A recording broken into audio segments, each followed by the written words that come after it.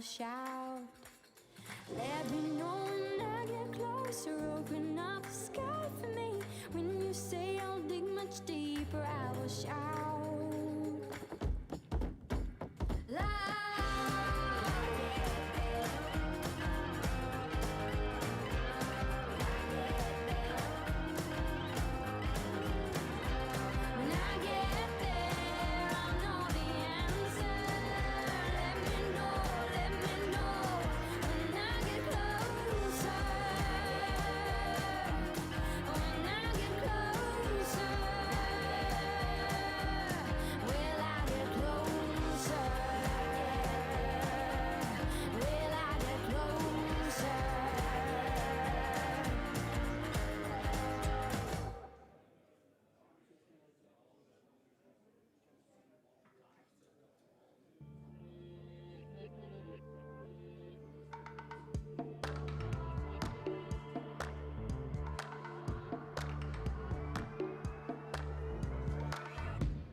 Sure that it'll be easier to clear you from my mind.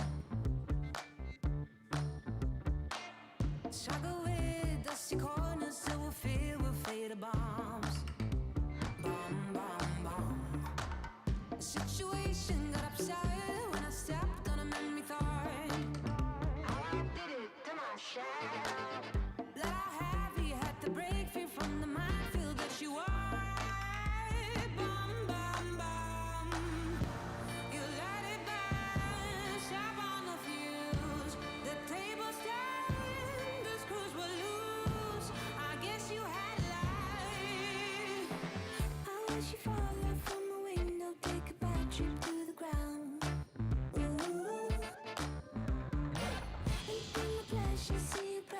Just before you break a bone. Oh, you're reflecting, I'm deflecting, burning tires to move on. Too many noises, clash the choices, future came and left like ghosts.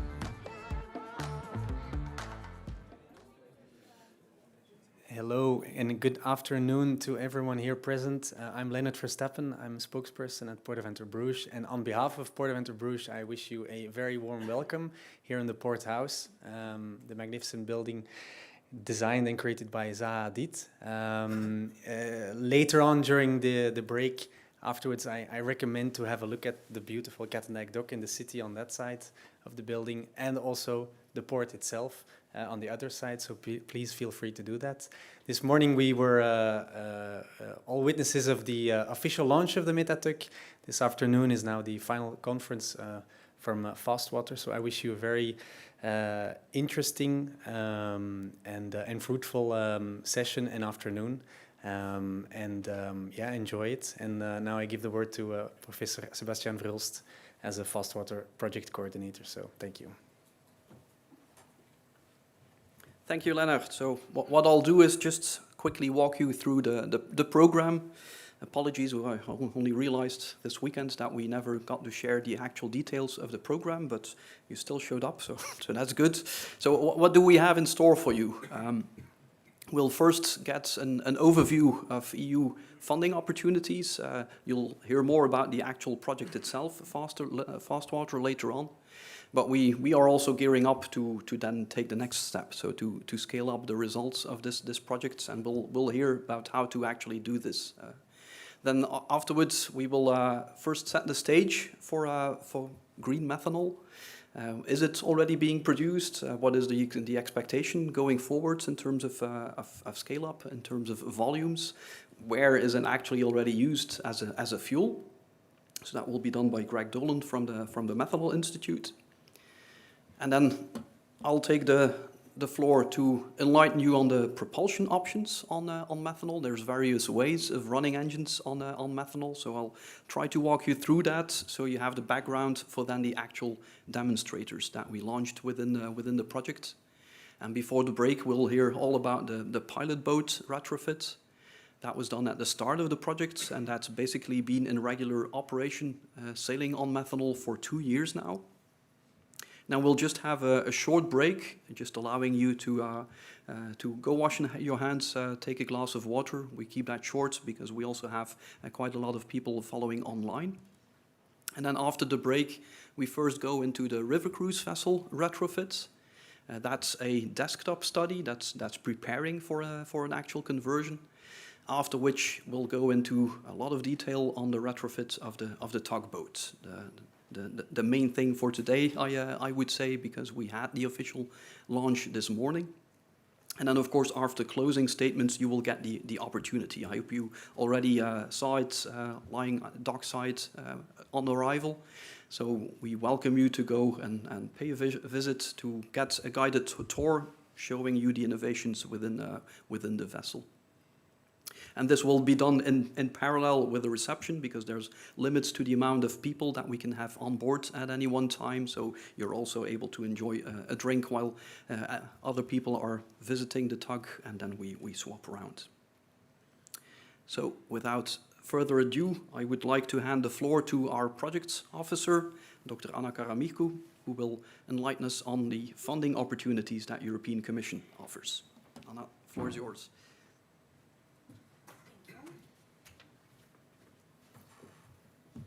So it's for the green button for the next slide, right? Yes. Hello, everyone. Good afternoon. My name is Anna Karamigkou, and I'm the project officer of FASTWATER project. And I work for the European Climate Infrastructure and Environment Executive Agency, or as we call it, CINEA. It is with immense pride and a sense of milestone achieved that we gather here today to have the launch of the world's first methanol tugboat developed under this project. Today's demonstration is a testament to the power of collaboration and joint forces. Together, big industry players, universities, research institutions, SMEs made this happen. And witnessing this methanol tugboat in action offers tangible proof that the sustainable solutions are not only viable, but are also effective, and they're ready for wider application. So, the involvement of these major industry players in this project has been crucial.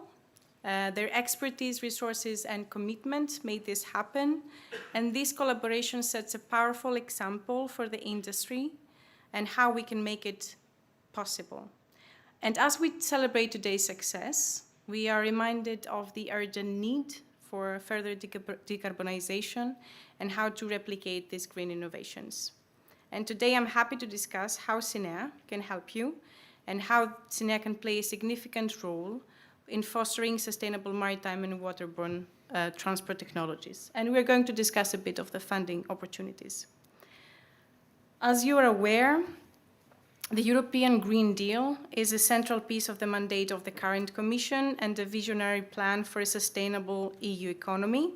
And CINEA is in central position to help reaching the Green Deal objectives, in particular because we are managing 7 key programs, of which 5 are directly supporting waterborne activities. The most obvious and relevant program, of course, you know it very well, it's Horizon Europe, which supports the zero-emission waterborne transport partnership. But I would like to emphasize that CINEA is actively managing waterborne-related projects under CEF program. CEF is for port infrastructure, inland waterways, motorways of the seas, and more under the Innovation Fund. The Innovation Fund starts now building its portfolio of projects in relation with waterborne decarbonization. In addition, we have also the programs of MFAF and LIFE that continue to support projects which are looking at the environmental improvement of shipping operations. And you can see that we have a total of 4.6 billion that is directed to waterborne activities. We encourage the creation of synergies between the programs, otherwise we don't want to waste money, because we have different funding instruments to maximize the impact and efficiency of the financial resources available. So projects might start with foundational research under Horizon Europe with very low TRL, and they can move into deployment with support from CEF project, transport funding, or Innovation Fund. The strategic use of funding supports a project's life cycle from development to full-scale deployment. And here, in more detail, you see the distribution of approximately 400 million in funding allocated by CINEA for various sectors, alternative fuels, policy, zero emission, technology on board, shipbuilding. These are various sectors that, and this slide shows only Horizon 2020 and Horizon Europe projects.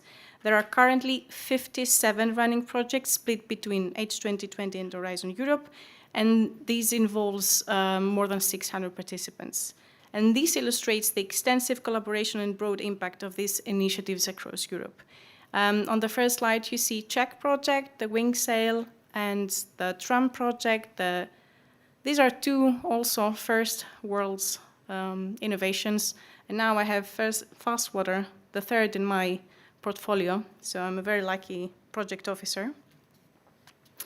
And in conclusion, I would like to say that while today we have a very significant achievement, your journey does not end here, and we must push forward expanding the success in different ports, different vessels, because the commercialization phase is crucial, and I really encourage the team and the partners to apply for the Innovation Fund.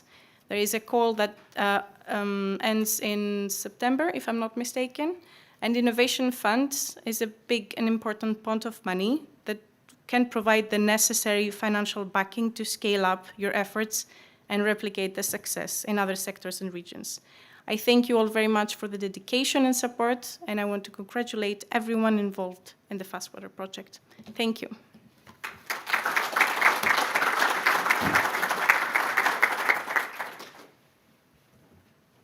All right, then it's my pleasure to invite Mr. Greg Dolan to the front, CEO of the Methanol Institute, who will set the stage for methanol, what's happening worldwide. Greg? Thank you, Sebastian. To set the stage today, I'm going to talk about methanol supply with a focus on renewable methanol production, and then provide a kind of broader perspective on the current use of methanol as a marine fuel. Now, the Methanol Institute, we're actually celebrating our 35th anniversary this year as a trade association representing the global methanol industry. And we have offices, I'm from Washington, D.C., but we also have offices in Brussels, Beijing, Singapore, and Delhi. This is a listing of our member companies. We represent the world's largest methanol producers, distributors, technology companies, and increasingly vessel owners. We've essentially doubled our membership in the last 2 years, and it's been driven by two sectors. The first is shipping, so we represent Maersk and CMA CGM, COSCO, MSC, Stena Bulk, a wide range of companies in the shipping sector. And then we're seeing a lot of companies that are becoming part of the trade association that represent biomethanol and e-methanol producers. Turning to methanol supply, global methanol demand is roughly 90 million metric tons, 114 billion liters a year. Methanol is a building block for hundreds of products that touch our daily lives: paints, plastics, solvents, resins, car parts. Methanol also is used directly as a fuel for cars, trucks, buses, ships, industrial boilers, cook stoves, gensets, as a hydrogen carrier for fuel cell technology, and there are also derivative fuels like biodiesel and DME that are produced from methanol. Now, we make methanol from a wide range of feedstocks. Globally, most methanol is produced from the steam reformation of natural gas. Mature technologies, plants that produce 5,000 metric tons per day. In China, they produce much of their methanol from coal gasification. But now we're seeing this emergence of renewable methanol production, biomethanol and e-methanol. But it's all the same molecule, CH3OH, which again is a building block for basic chemicals as well as an energy resource. In 2021, the Methanol Institute released a joint report with IRENA, the International Renewable Energy Agency, looking at renewable methanol. So here, when we talk about renewable or green methanol, I put it into two buckets. The first is e-methanol, and that's produced with green hydrogen, electrolysis of water using solar, wind, geothermal power, plus the addition of CO2. So methanol, CH3OH, there's always a carbon mixed with hydrogen. That CO2 can come from biogenic sources, industrial flue gases, think steel, cement, ethanol, or in the future from direct air capture. And then the other bucket is biomethanol. Biomethanol is produced from biogas, biomethane, anaerobic digestion from landfills, wastewater treatment plants, and or the gasification of a biomass material, municipal solid waste, forestry residue. There are lots of ways of getting to renewable methanol based on different feedstocks. When we look at methanol pricing, we address this with our report with ARENA. Typically, methanol sells at a bandwidth of about $300 to $400 a metric ton. That would be the gray bar across the bottom on the right-hand side. Biomethanol is represented by the green bars, and biomethanol typically will cost anywhere around twice as much as fossil methanol.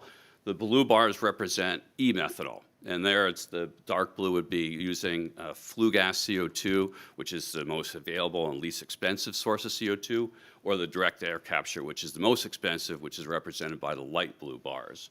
So we do see that in time, we expect that biomethanol as well as e-methanol will be cost competitive with the fossil methanol today. When we look at current methanol pricing, the price of methanol today is about $300, $325 a metric ton. So on the low end of that scale, between $300 and $400 a metric ton. And again, this information is on our report with ARENA that's available on our website at methanol.org.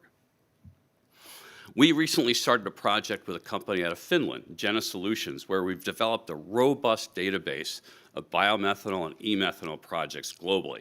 You can see them on our website on the renewable methanol page. We have a Tableau map. Now, clearly the clusters of these projects are in two areas, China and Europe. Europe has been the leader of biomethanol and e-methanol production globally, but you can go to this map, hover over any of the dots, and find out more information about each individual project. And there's a lot of them. We're now tracking 147 projects globally and looking at total methanol production coming up to 22.4 million metric tons by 2029. So again, if you look at the clusters, where are these projects taking place?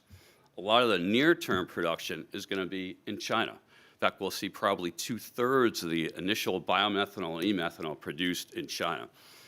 China has some of the lowest cost renewable electricity from solar and wind. They produce the solar panels, they produce the wind turbines, they also produce the electrolyzers. So China is advantaged for the production of renewable methanol, but next is Europe. We do expect the US market to also become a player in this market, particularly with the Inflation Reduction Act tax credits that can provide incentives for renewable methanol production. Now, we've got about 6.6 million metric tons that's at an advanced stage right now. These are projects either operating today, under construction, or at the feasibility or at the FEED level, basic engineering taking place. So we're seeing near-term production capacity coming online with 1.7 million metric tons currently under construction. So renewable methanol is coming. And we can say that for a couple of reasons. One is these projects are getting much larger. In the past, a biomethanol or e-methanol project was 5,000 to 10,000 metric tons a year. Again, a world-scale methanol plant from natural gas is 5,000 metric tons a day.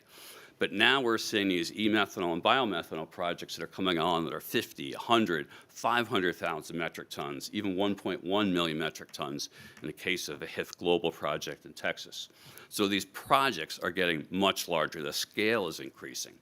We're also seeing bigger companies getting involved in this, from project developers like Carbon Recycle International, Enerchem, and Liquid Wind, to now major utilities like European Energy and Ørsted and Goldwind getting involved in these projects, and we're seeing interest in oil and gas majors as well. Now, turning to the use of methanol as a marine fuel, at the end of 2022, there were headlines that was the year methanol went global in shipping. At the end of last year, the headlines were methanol is now mainstream. So methanol has become a mainstream alternative marine fuel. There was a big game changer for this, which was first the announcement in February of 2021 by Maersk that the world's first carbon neutral container ship would be running on methanol. We worked with Maersk for about a 2-year period to help them understand the methanol value chain to be able to make that announcement. And I was on hand in September in Copenhagen when the Lower Maersk, that first carbon neutral container ship, had its naming ceremony. That vessel, the Lower Maersk, had not just one methanol engine, a MAN 2-stroke engine to provide the propulsion for the vessel. It also has 2 4-stroke engines from Hyundai Heavy Industry Hinton to provide the auxiliary power load. So that one ship has 3 methanol engines. We're seeing more of that too, not just the propulsion, but also the generators, the APU load. So Maersk did this because, one, they could buy an engine today. That Man Energy Solutions engine, a two-stroke, is available. It had gone through already 29 chemical tankers that have over 500,000 hours of operation on methanol. And the reason that Maersk did this is not because they were being pushed by regulations, but they were being pulled by customers. Their 200 largest customers are asking for carbon neutral transport and willing to pay for a certificate of green shipping. Now, Maersk has also addressed the chicken and the egg question by looking at methanol supply. So they now have agreements with more than a dozen producers of biomethanol and e-methanol to source that product. They've even formed their own company, C2X, that's looking to produce up to 3 million metric tons of renewable methanol by 2030. It's a big challenge. If Maersk converts 25% of their fleet of 700 vessels to methanol operation, they're going to need 6 million metric tons. So the demand will be there for shipping. We also, again, more and more engines are on the way and available today. The MAN engine, their two-stroke engine, kind of like the ABC engine we saw today, there wasn't much that changed inside the engine. It was a fuel injector, it's a fuel delivery system. So this is not only a solution for new builds, but also for retrofits, as again we saw with the Methatug today. But it's also, MAN has now a two-stroke, a four-stroke, Wärtsilä has four-stroke engines and multiple bores, Caterpillar, Anglo Belgian Corporation, WinGD, Rolls-Royce. So there are a lot of these engines that are on the market today that you can buy and put in a ship. We already see, again, as I noted, about 30 methanol chemical tankers. We're now seeing container ships, but the order for methanol vessels is going to be like, as we saw today, the Methatug, a tugboat, but also cruise ships, pure car carriers, very large crude carriers, crew transfer vessels working in offshore wind. So we're seeing a lot of different vessels, different types of vessels being ordered today. The order book for methanol new builds, as of about a month ago, was 257 vessels. And last month, for April, I think we added another 12. So we're seeing a lot of these vessels being ordered right now. In fact, methanol new build orders have been exceeding LNG orders for the last number of months. We also have 100 retrofits of existing vessels that have been ordered. So again, methanol solution for both new builds as well as retrofits. So Lloyd's Register has estimated that the fleet of methanol vessels will hit 1,200 by 2030. So a lot of these ships are coming on the water, and they're going to need a lot of methanol. According to the American Bureau of Shipping, methanol demand for marine fuels will hit as much as 50 million metric tons by 2030. That's a lot of product. That all won't be green methanol, but also we'll be looking at blended fuels. We are about to release a study, and actually our co-authors here, looking at the impact of Fuel EU Maritime on shipping fuels. So what we're seeing here is that under Fuel EU Maritime, we'll be ratcheting down over time the greenhouse gas intensity of marine fuels.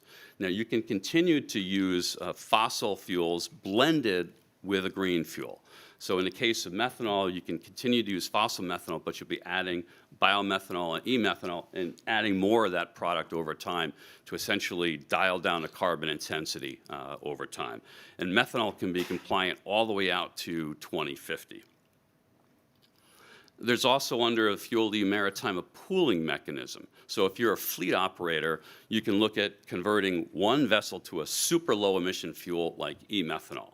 So if you have your fleet operator, you can convert one vessel to e-methanol and then have 70 ships compliant using heavy fuel oil in the future.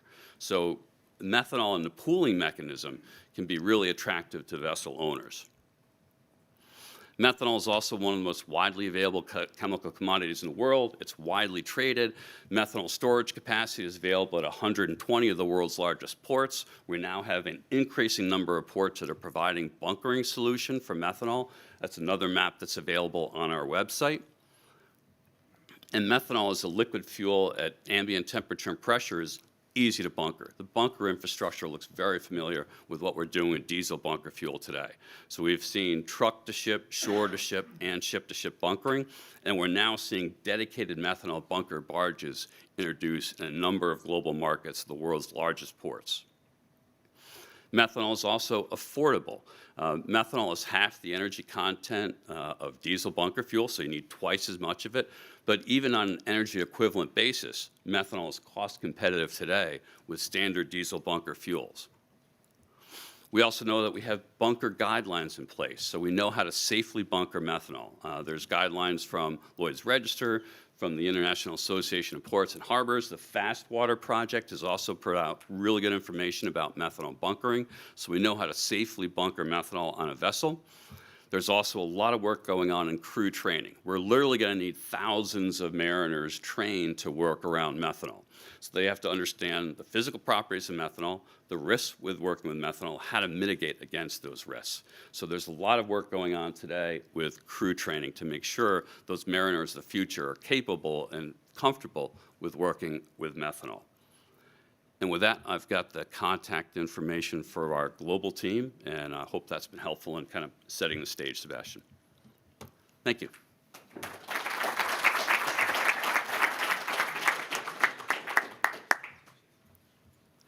Thank you very much, Greg. That was perfect, I think, in terms of background, what's happening in the world of methanol. I'll actually start with zooming out a little bit before we take up the subject of methanol again. What do I mean with zooming out? Well, when we started the project or started drafting the project proposal, we were looking at these vessels. So you see a tugboat, a pilot boat, a Coast Guard vessel, and a river cruise vessel. And of course, a lot of people are wondering how are we going to pack the energy needed to power these vessels in the future? Are we going to store that energy in batteries or in the form of a green diesel like HVO? Or is it going to be hydrogen or ammonia or methanol? And once you have that energy stored, the next question then is, of course, how are you going to convert that to motive power? Are you going to do that battery electric? Are you going to use fuel cells, combustion engines, or maybe a hybrid of some of these solutions? And to give some direction into this, to try to make the distinction between potential or potentially interesting candidates from things that maybe are a bit less interesting. We've come up with a really helpful set of criteria that we've dubbed the triple S criteria that we're applying here for choosing a ship propulsion. So this is about ending up, hopefully, with a good choice concerning energy carriers as well as powertrains to ensure long-term sustainable transport. Of course, any solution that you come up with, you have to ensure that sustainability is a given. That needs to be part of that. But what does the sustainability actually mean? It means that everything that goes into making your energy carrier, your powertrain, that you use that in a closed cycle. That in itself is not enough. Sustainability is an important one, but we also have to make sure that we can scale this up. We've already heard some mind-boggling numbers. It's a huge challenge ahead of us, so how are we going to scale that up? That means that, okay, you should use the materials in a closed cycle, but you should also, first of all, make sure that the materials you use, that those are abundantly available. Because in the end, we also need to work our way towards affordable solutions. And then anytime you think about transport, even if it's a big ship, storability is a major concern. You need to look for something that you can store sufficiently compact, because you need to ensure range, you need to ensure payload. That's what's making you money in the end. And if you combine those things, you can already start singling out some things and start realizing that we need, first of all, fuels. We need, for many applications, the energy density of fuels. And for quite a few of those, we actually need the energy density offered by liquid fuels. So that's why you typically come up with electrofuels, e-fuels. Why? Because renewable energy will mostly be scalable in the form of green electricity, but that will only get us so far. We should try to electrify as much as possible. But where direct electrification is not an option, we need the energy density of liquid fuels. And so the most scalable fuels are the so-called e-fuels. So those criteria, how do they fare against something like methanol? We've just heard methanol, it's CH3OH. That's a very simple molecule. It's one that we already know for decades. It's in the top 5 of most widely shipped chemicals today. But then what about the triple S? Is it potentially sustainable? We've heard, yes, there's routes to make this from biomass, so make it as biomethanol, make it from green electricity in the form of e-methanol. And there's quite a lot of work in looking at hybrid ways, that you take green hydrogen from green electricity, you take carbon from biomass, and you make e-biomethanol from that. And you see the molecular makeup. There's carbon, there's hydrogen and oxygen in there. Those are all abundantly available. Carbon as well. So maybe we should start getting the habits of talking about defossilization. That's the real thing we need to do. We don't necessarily have to talk about decarbonization. It's how you use the carbon and where you get it from. That's the crucial thing. And is it storable? Yes, you need twice the storage space of diesel. So that's a challenge for some applications, that's clear. But everything's relative. So if you look at all other alternatives, in my view, methanol is sort of a sweet spot. In the sense that if you compare it to the other e-fuels that are typically being looked at for the marine world, we're talking about hydrogen, about methane, about ammonia. Well, contrary to those, methanol is actually liquid. Methanol is the simplest hydrogen carrier that is liquid at atmospheric conditions. If there's one thing to remember, that's the line. So that makes it much, much easier to retrofit vessels, to integrate methanol on board vessels, to pack enough energy. You could, of course, also think, but why not go for a green diesel then? Because then the autonomy is guaranteed. It's kept at the same level. Well, problem is, in the end, long term, in terms of sustainability, we will have to make those fuels from renewables, and biofuel is a very interesting option, but there's a scalability issue there. So the real scalability is in the form of e-fuels, so we really have to start building up from the basics there. We start with green hydrogen. We can produce methanol from that. Yes, we can make our way towards producing complex things like e-diesel or e-gasoline, but of course that's more conversion steps, so that eats away at the overall efficiency. So methanol is a simpler thing versus something like an e-diesel that makes it more scalable and hence cheaper. So that's why I regard this as occupying a bit of a sweet spot among the range of fuels that are available. Now, my core research topic is combustion engines, and we're getting pretty demonized these days. So let's try to view combustion engines maybe in a different light. Let's try to apply these same criteria to combustion engines. Are those sustainable things? Yes, actually, because we can make them with renewable energy. If you look at pollutant emissions, that's basically something that is completely solved today. We can have near zero impact for pollutant emissions, although it's ignored mostly these days. But also, very importantly, they're made largely from metals. And if there's one thing that is very easily recycled that we're already doing today at very large scale, it's recycling metals. Is it scalable? Well, there's over 2 billion of these things out there, so it's quite clear that we can scale up the production of combustion engines. And since there are so many, apparently, yeah, they're also affordable. What about the storability? Now we're talking about the energy conversion, so what about the power density of the units? Well, it's for the same reason that we're actually using it now. These things have very high power density. Another part of that is, of course, if you've gone through great lengths making an e-fuel, of course, you should try to make the conversion to power as efficient as possible. And there also, there's some wrong messages out there or wrong statements out there on combustion engines. If you look at marine type engines, keep in mind that the larger your engine is, the more efficient it is, and the more heavily loaded a combustion engine is, the more efficient it is. So marine size combustion engines are actually as efficient as fuel cell systems.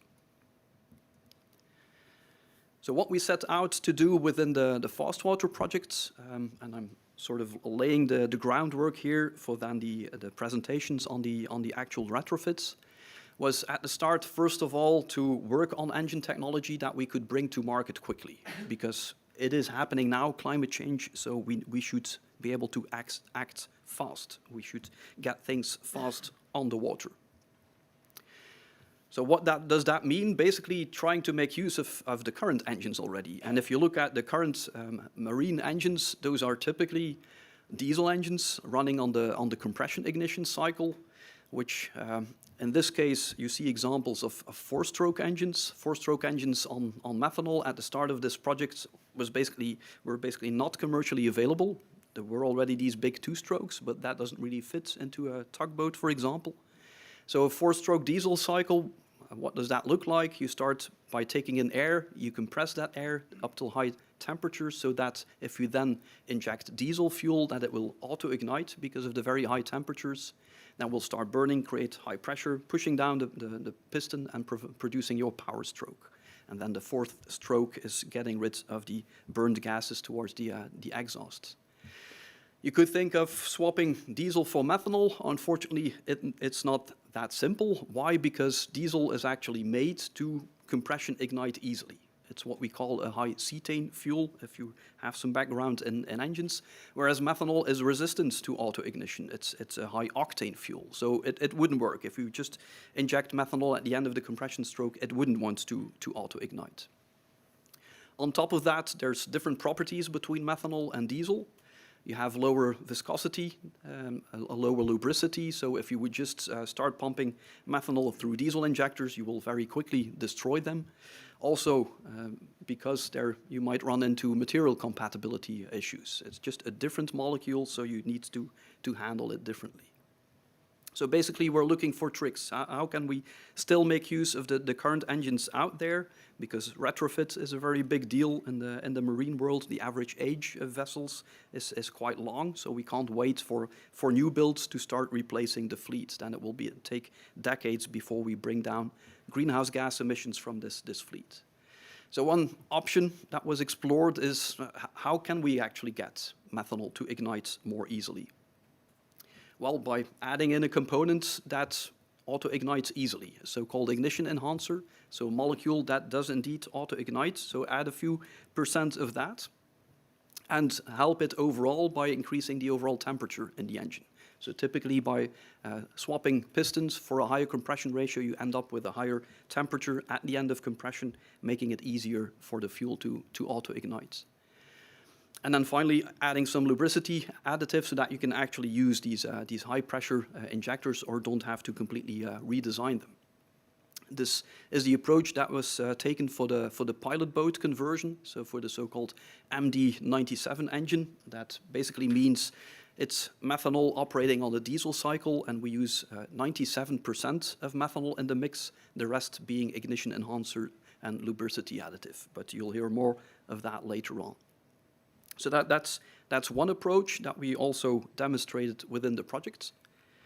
Another approach to still make use of current engines is actually to ignite the methanol with the original diesel system. So then you have the diesel engine that we just saw, but the methanol fuel system is added on top of that, injecting methanol into the intake of the engine, so that you end up with a methanol air mixture making its way into the engine, being compressed, and then you just inject a small amount of diesel to get the combustion going. So then you still benefit from the easily ignitable nature of diesel to get the process going.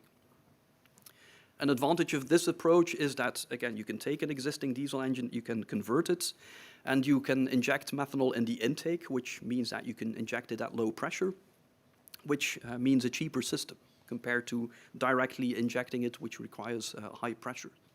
And then indeed you use this so-called pilot injection to ignite pre-mixed methanol air. So this is the dual fuel approach that has already been used for other fuels.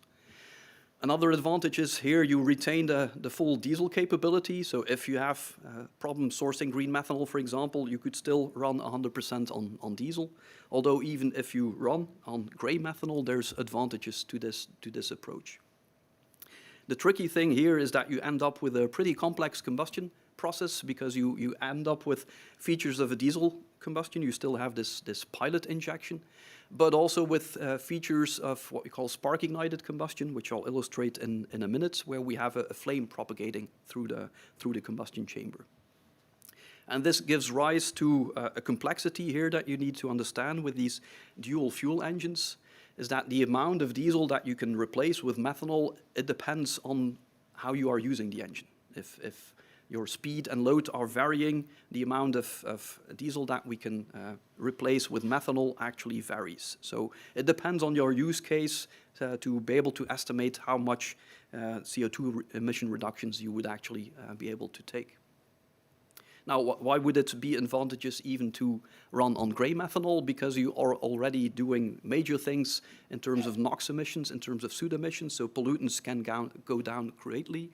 Why? Because now your main burn is coming from a lean methanol air mixture. I'll come back to that, but with methanol combustion, you can completely eliminate soot formation. And methanol actually lowers overall temperatures. It's a liquid, so that's a good thing. The challenging thing is you need that liquid to evaporate in order to mix with air and burn, and it takes quite a bit of heat to evaporate the methanol, and that brings pros and cons with it. So one of the pros is your overall combustion temperature ends up being quite a bit lower than in diesel, which reduces NOx emissions, oxides of nitrogen emissions. On the other hand, part of the combustion is lean methanol air, which means that we can end up with increased CO emissions and increased hydrocarbon emissions, because if we premix things, fuel can start creeping into crevices and have a hard time to burn later during the cycle. So this is something to keep in mind, and you will hear also later on. This was the approach taken for the conversion of the Methatalk, taken for the conversion of the two ABC engines. You will hear later on how we tackled the CO or potentially increased CO and unburned hydrocarbon emissions. So that was the major part of one of the work packages exploring engines on methanol and marketing engine technologies for methanol.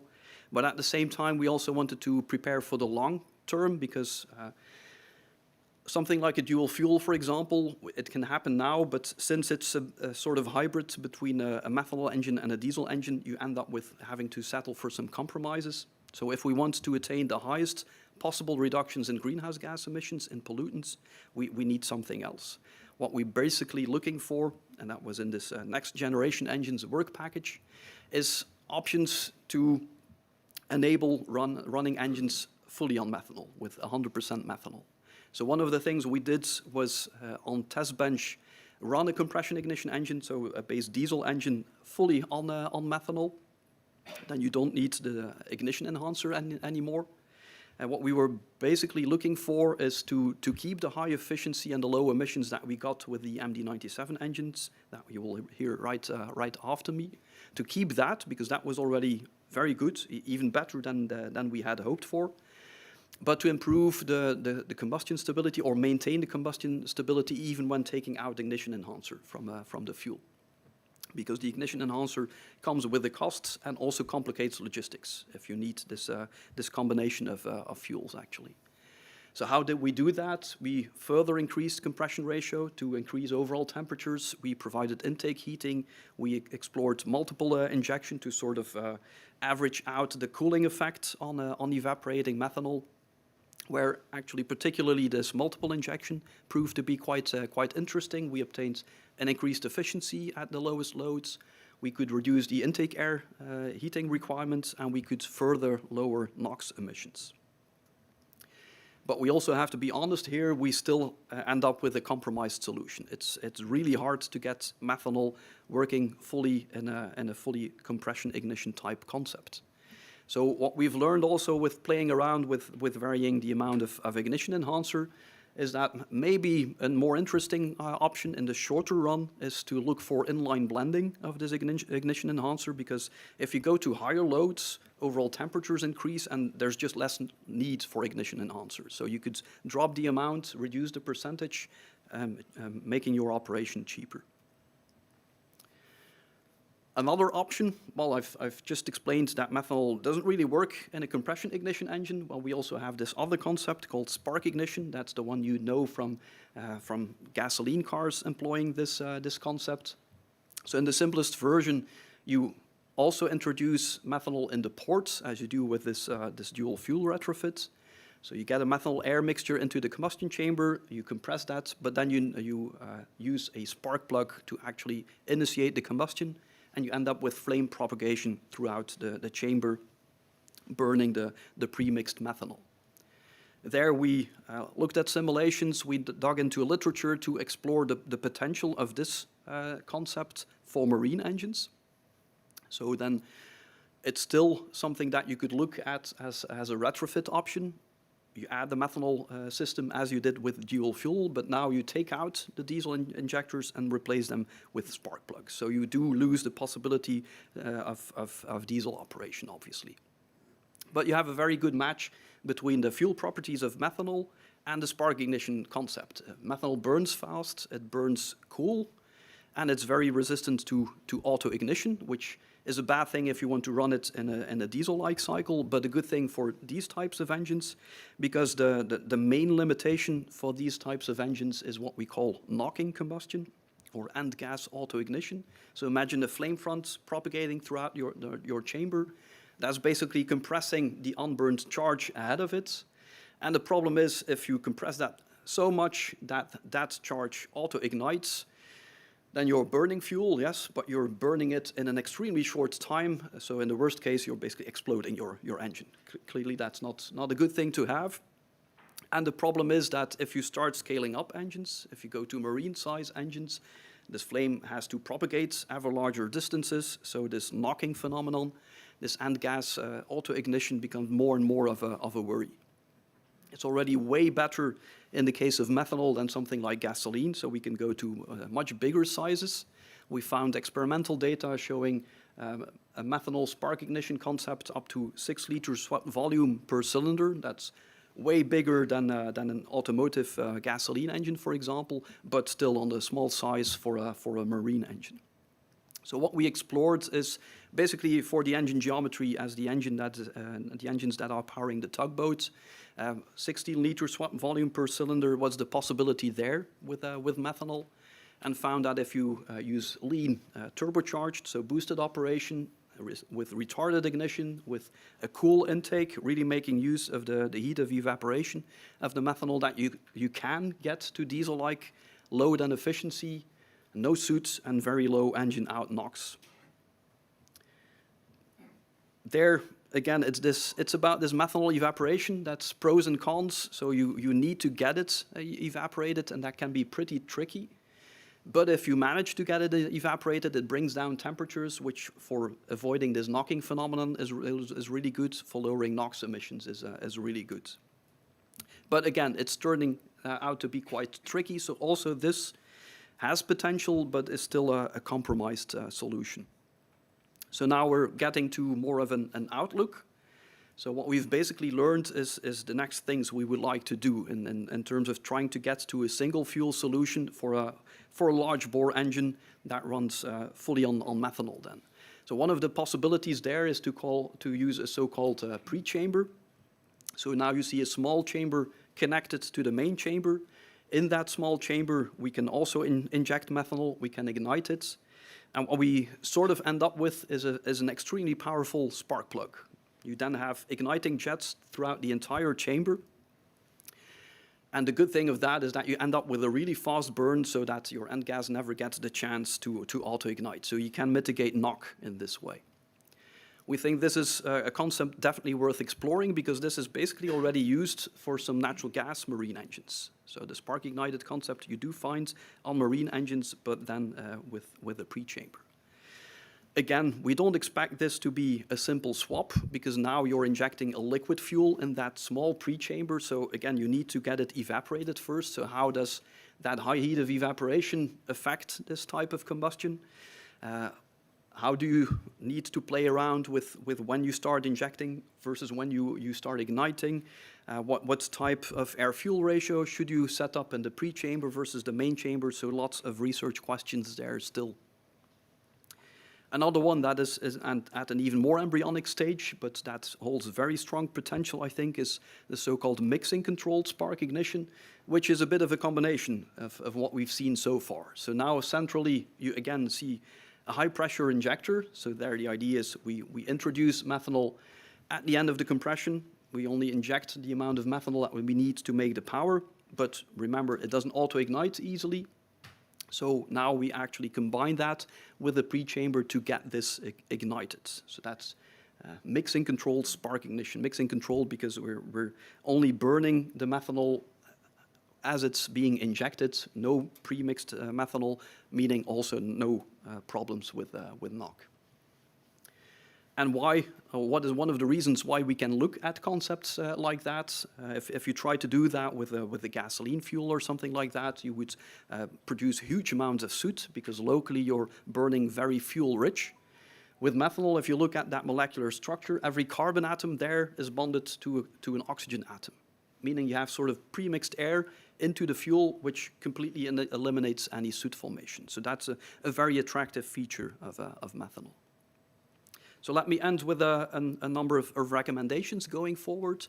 Again, I think we've made tremendous progress, but I think the next step to aim for is to go for single fuel solutions. How can we run 100% on these renewable fuels? So that doesn't only hold for methanol, but for all the e-fuels that we're currently looking at. So hydrogen, methane, ammonia, methanol, they all share this high octane nature, the fact that they don't work well in a classical compression ignition engine. So we need new concepts to get this to work. Why single fuel? Because then you avoid complex logistics and you can abandon having to settle for emissions compromises. You can really make best use of the unique features of methanol or the other fuels listed there. This is at a very low technology readiness level, so there we really still need research to develop this.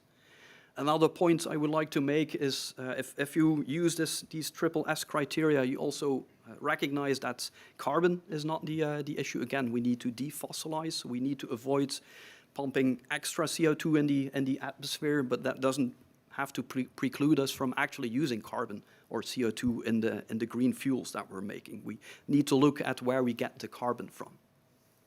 And the big pro in terms of using carbon is that if you have a hydrogen to carbon bond, you get a great pay in terms of energy density. So you, for example, end up with something like methanol, which is liquid at atmospheric conditions.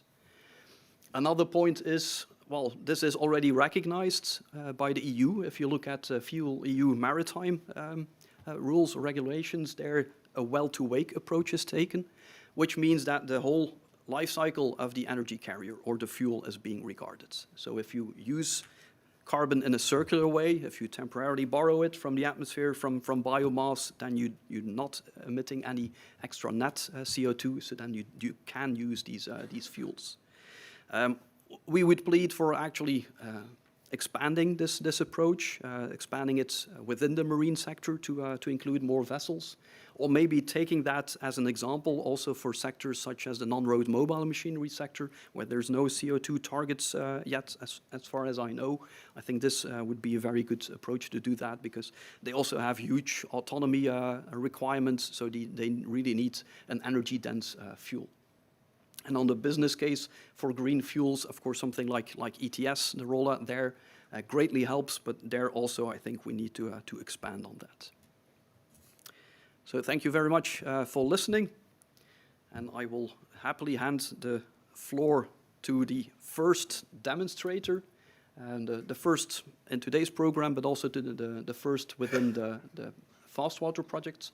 So I invite Albert to the floor to explain what we did with retrofitting the pilot boat, and you will hear a number of different aspects that we worked on. Albert, the floor is yours.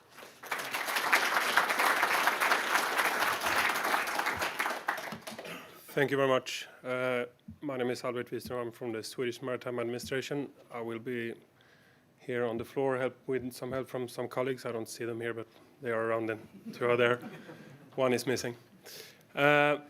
I will just talk a little bit about the pilot boat, and I think we need to start off that we actually have a pilot boat in service.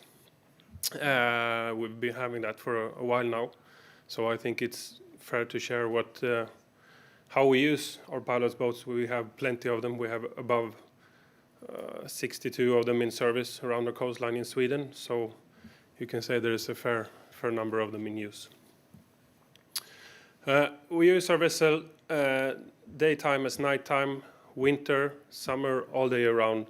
So they need to be operational 365 days a year and 24 hours a day, no matter what weather conditions we could expect. Like these conditions here is very nice weather and everything, but that's not always the case. The requirements you can see here for this type of vessel, we need to reach a speed of approximately 18 knots in order to be able to have the transfer time back and forth to the vessel that we're supposed to board. We need to have a range of at least 100 nautical miles. If something happens out at sea, we need to be able to take us back or to help other people that are in need for some help out at the sea. At the boarding point, we need to have good acceleration in the range of 7 to 12 knots. So we need the engine to perform very well there. We need the vessel also to perform when we board the bigger vessel, because that's the most dangerous part, what we're doing. We're crashing into other vessels on a daily basis. And when we're doing that, we need to have a reliable and robust system. And we've done quite a few tests with the ScandiNAOS earlier. We have the Green Pilot, and they also have had the Stena Germanica, but the Green Pilot was sort of prior to this. And we've seen that the use of methanol in engines can provide a very reliable system, and also it gives us the confidence to use them in service. So I think I'll hand over to the next one, Bengt. Thank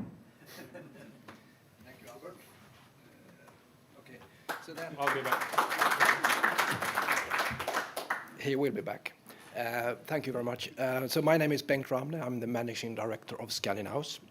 So I will tell you a little bit about the challenges for designing for methanol as a marine fuel, and designing, and also in particular for converting an existing ship. So shifting with this one? Green one. Green one. So of course, with methanol, there are some specific requirements or some specific characteristics with methanol. One of them is it's a low flashpoint fuel. I think that's maybe the thing that is most recognized. It's a low flashpoint fuel, which means that it's below 60 degrees. The flashpoint is 11 degrees, and the flashpoint is really the heat you need, or the temperature you need if you have a cup of methanol and to ignite the vapors. And there we need 11 degrees for methanol. Typical for marine fuel, it's 60 degrees. So that's how the whole system for marine design is geared, that 60 degrees, that's how it's designed. So when we come with something that is less, then of course there are concerns, and we have to take precautions in order to take care of those additional risks. But it should be noted that 11 degrees is not terrible low. If we compare to other fuels, gasoline is 40 degrees, and LNG is minus 188 degrees. And yes, we don't have gasoline on board large ships as a fuel, but we do have LNG. So the fact that we introduced LNG as a marine fuel also meant that we sort of have to look into the ways to also address the situation with low flashpoints, which sort of open up for methanol, which is good. The bad thing is, or the unfortunate thing is, that now when we come with methanol that has 11 degrees flashpoint, we sort of lump together with the LNG, which means that a lot of the rules we now have to fight with is based on LNG, where methanol really is much closer to a diesel when it comes to safety and characteristics. Anyway, there are other things that has to be considered with methanol when you design it. One thing is sort of a good thing. It burns without the visible flame, and Sebastian talked about this. It don't form soot, which is good. But if it burns in daylight, you actually have very difficult to see the flame, and of course that has to be acknowledged and addressed when you're designing your firefighting systems. Let's see. Another thing is that with the fire suppression system, there are different behaviors of methanol. If you have a pool fire, it radiates much less heat. So if you have a fire of methanol, you can get close to it and suppress it, much closer than you could with a diesel fire. And you can then suppress it with water, but it's also, you can suppress it, but you cannot always extinguish it completely with water. So there are different considerations you have to be aware of when you're designing. And then another thing that we already addressed a little bit is the material compatibility. Methanol is corrosive when it goes. Some materials, it's not a good combination with aluminium. It works well with stainless steel. It works well with carbon steel as well if you have a good coating system. And then when it comes to rubbers and to that soft material, composites, then you also have to be aware. There are some rubbers that are alcohol resistant, compatible, and some that is oil resistant, and they're not always the same. So it's not very complicated, just a solid engineering task you have to do when you design, when you move from diesel to alcohol, that you have to be aware of those things. But it's quite straightforward. So this is, we think, we have a good grip on. When it comes to doing these things, we have been in the business for a while. I think what we see now, it's the first tugboat that's out there, but it's not the first vessel being converted to methanol. We've been doing this for a while, and we're sort of gathering information as it goes along, and we're trying to convey to the rest of the world as well. We actually started in 2009 with a project, and that was, Wärtsilä was part of the project in ScandiNAOS, and we got some traction there because we realized exactly what Sebastian said, that this is the very good way to catch the hydrogen and make it liquid. Or in principle, what we also identified is that the methane gas that was used as LNG, another way to liquefy it instead of cooling it down to minus 163 degrees would be to make it into methanol. So that was the reason why we started looking into methanol as a marine fuel. And of course, we had a lot of support and interest from ScandiNAOS. We did a number of projects there, which also developed all the rules and regulation. And when you do something for the first time, even if it's not, just because it's new, then everyone is asked 1 million questions, and you have to answer them. But it takes time to answer them and to convince. Anyway, we were part of this. We have been doing the large vessels. We have been doing the small vessels.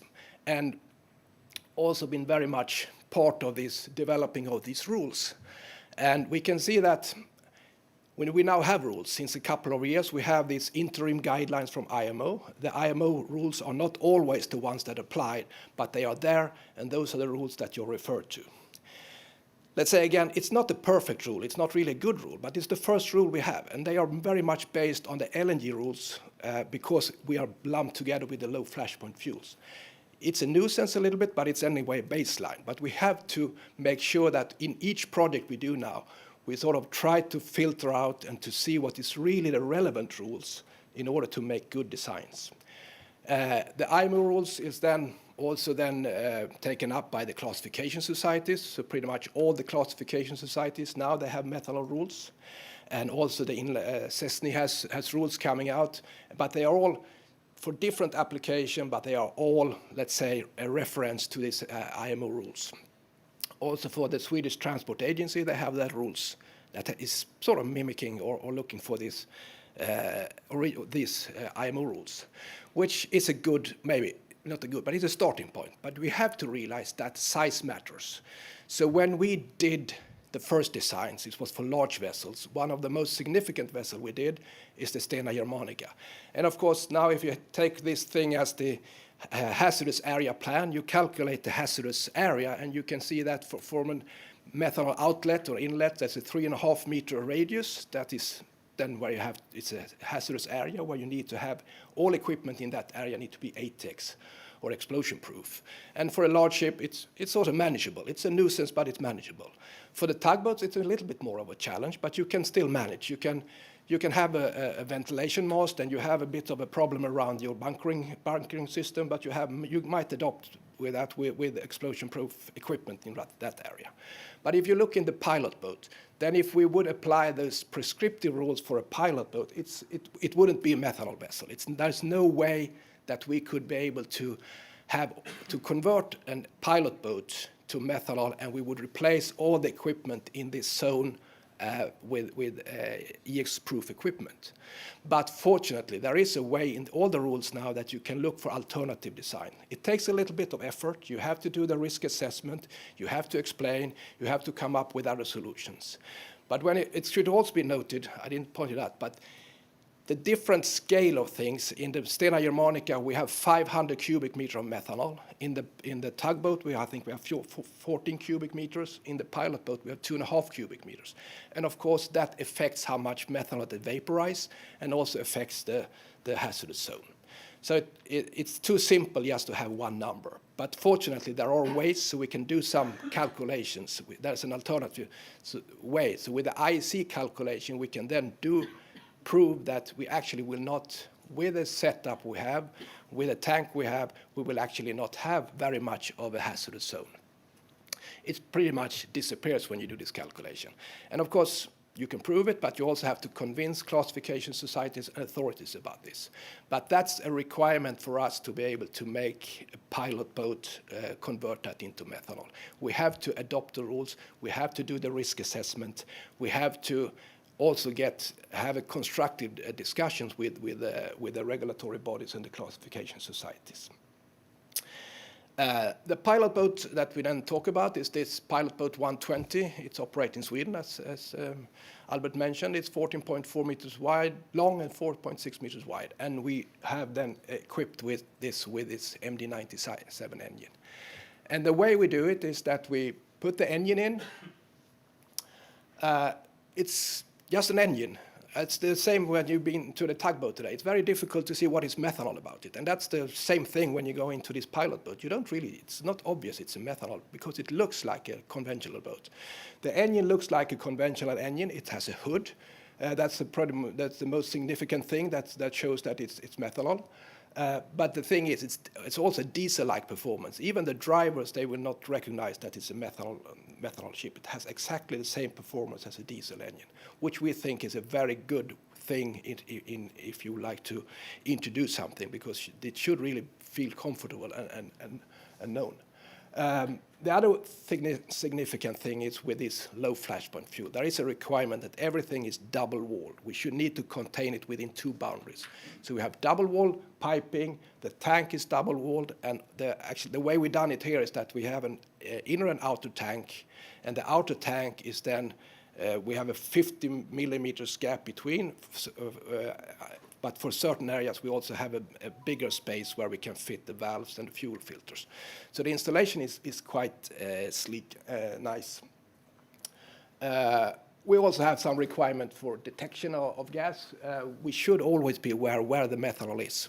I don't think it's necessary to have everything contained in double boundaries.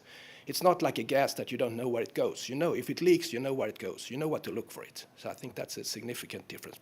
But for us now, we will live with this double wall concept. And then for the fire safety, as mentioned, instead of just smoke detectors, we have heat detectors. And as mentioned, this is the nugget, golden nugget. We think this is the world's best methanol engine. It's the only one that is compression ignited single fuel engine, and it's really a good performing engine. Happy with Albert that he's pleased with it. And we get the power, and I think the power we expect. And one really good feature with this is that we fulfill the IMO Tier 3 requirements and also Stage 5 in the waterway requirements without an SCR after treatment system, which means that this is, if you make a conversion, you can replace one engine with this without having to add a large after treatment system. Yeah, this is what we have, and I think that's the next. Then I leave this to Joanne to explain the rest. Thank you very much. Bengt. My name is Joanne. My name is Joanne Ellis, and I work with the Maritime Department of the Research Institutes of Sweden. And so now we have a really nice methanol-fueled pilot boat, but to get the best environmental performance, you need to be able to source green methanol, as Greg Dolan mentioned previously. And here we can see a zoom-in of the map from the Methanol Institute showing some renewable methanol projects in Europe. Went a bit too fast, but anyway, for the pilot boat, we sourced methanol from the Soja forest products in Monstros, Sweden, which is located just 270 kilometers from the pilot boat location, and it's made from residual from the waste stream of of a pulp mill kraft pulp plant, and it's purification of the waste stream to produce the renewable methanol.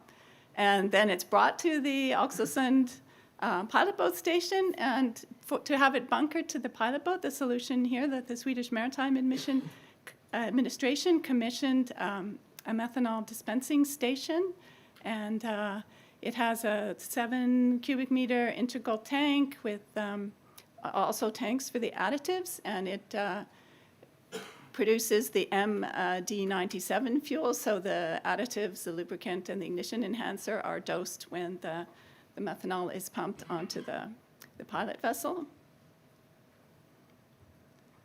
You can see how does the procedure look like. You have the dispensing station and the hose brought to the pilot boat. There's also a cable to connect the pump on the dispensing station with the high-level alarms on the pilot boat to ensure that can be automatic shut-off of the pump on the dispensing station. And the connection at the pilot boat is a drip-free nozzle to ensure that when it's disconnected after bunkering, there will be no leakage of liquid, and that's been working very well. You can see the operator connecting the pumping station to the high-level alarm on the pilot boat, to the level sensors of the tank. And then finally, the operator needs to be depressing a button on this hand-controlled console here to operate the pump on the dispensing station, so to ensure that if there's any issue at all, it's just simply removing the thumb off the button and the transfer of methanol stops.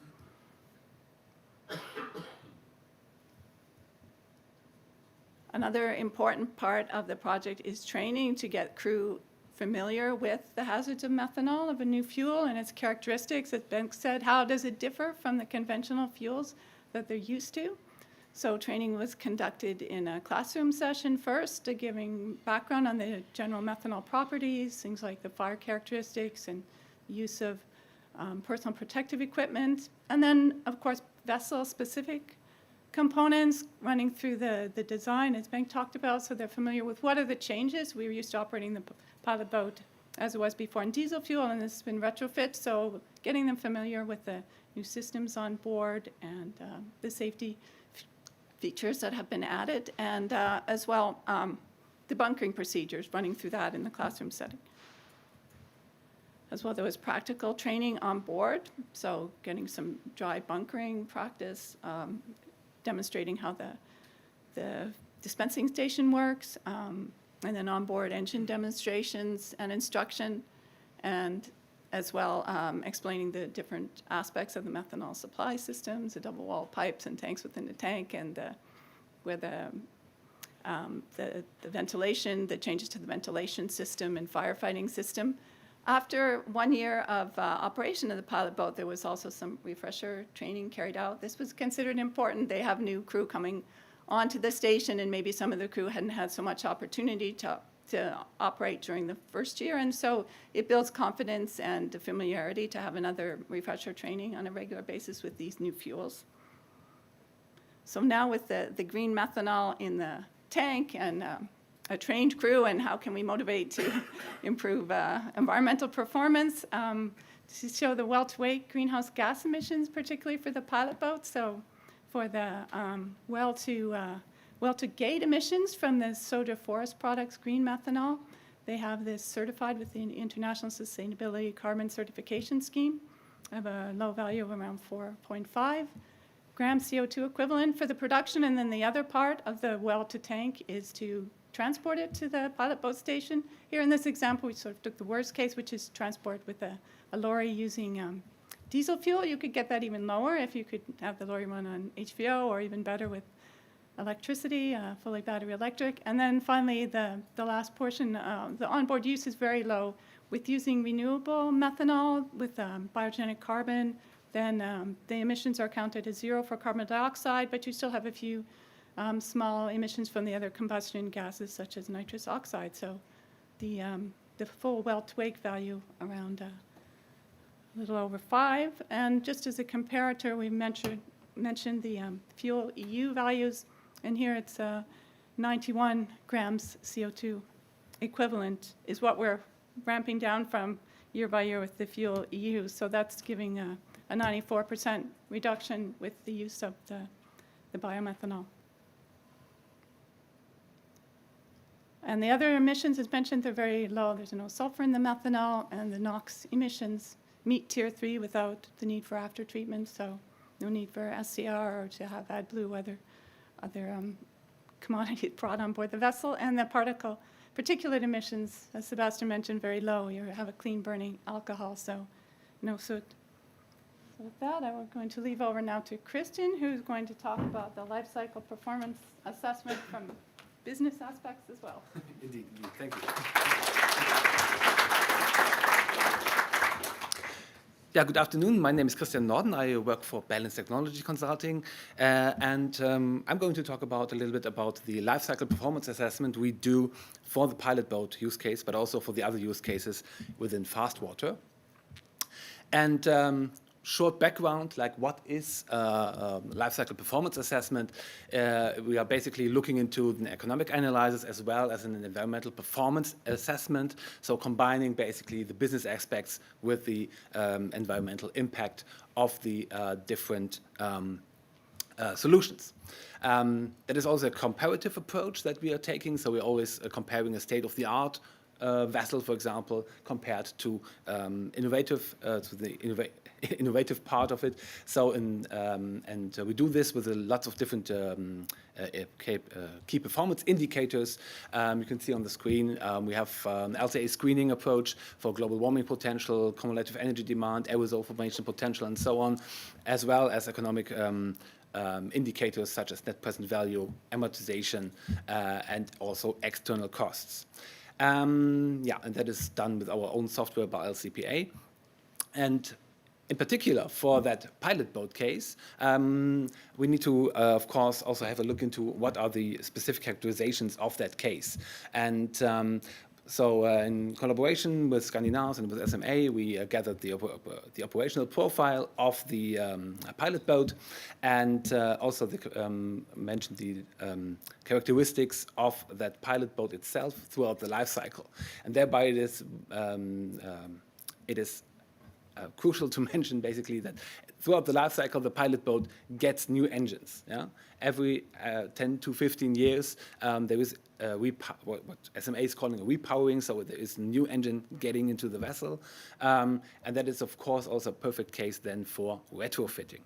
That being said, so therefore, our model, our LCPA model, is based on a comparison here from the diesel pilot boat, which is the state-of-the-art as it is now, and we are comparing it to a convert to pilot boat scenario in which the first half of the life cycle is done by the state-of-the-art diesel engine. The second, then at the middle, it's getting converted to methanol, and then in the second life phase, it runs on the methanol, on the MD97. That is the second case, and the third case is the methanol pilot boat. So that is the assumption that the pilot boat is built as a new build with a methanol engine in place. The comparison itself is based on, as I said, on the operational profile provided by SMA. It is based on the engine testing from ScandiNAOS, and it's also based on the input data we got from Södra on the biomethanol, which Joanne just introduced. And with this input data, basically, we have I will give you a short representation of the different results. So we're looking at the global warming potential, and you can see the three cases with the three different colors. So the yellow one is the diesel, the state of the art. The green one is the converted to methanol, and the orange one is the new methanol tug. And as Joanne just said, basically, so we have, of course, we have a substantial reduction in global warming potential in CO2 equivalents. In both cases, when the methanol engine is applied, you can see in the curves itself how much CO2 or CO2 equivalents can be saved by applying the methanol, the MD97 engine, and that it's, of course, also worthwhile to change it to retrofit throughout the life cycle. In this case now in the middle of the life cycle, but you have a significant and substantial reduction by in this case by 41% overall. And if you go for the green methanol or the biomethanol pilot boat from the get-go at the start of the life cycle, it will also add up about more than 80% of global warming potential reduction. And with that being said, what is the potential of that? We also are doing the life cycle cost comparison. And in this case, we are also, of course, looking into what are the costs to for the retrofit of the pilot boat. And as you can see in the total values, of course, the conversion from an existing vessel to the pilot boat with a methanol engine takes some effort, it takes some investments. But in the overall terms, it is not a main cost driver in terms of life cycle costs. The main cost driver is, as always, basically the energy price, and that is the key driver here. So that means basically also that a conversion is doable. It is economically it has a low impact, and it very much depends on what is the fuel and what is the fuel price projection, what is the impact of ETS, for example, in future scenarios. Yeah, and the same goes, of course, and it would be even a little bit cheaper if you consider to buy or to build the vessel from the get-go with the MD97 engine. And with that being said, I think I have to. Albert will do the final parts of the presentation. Thank you.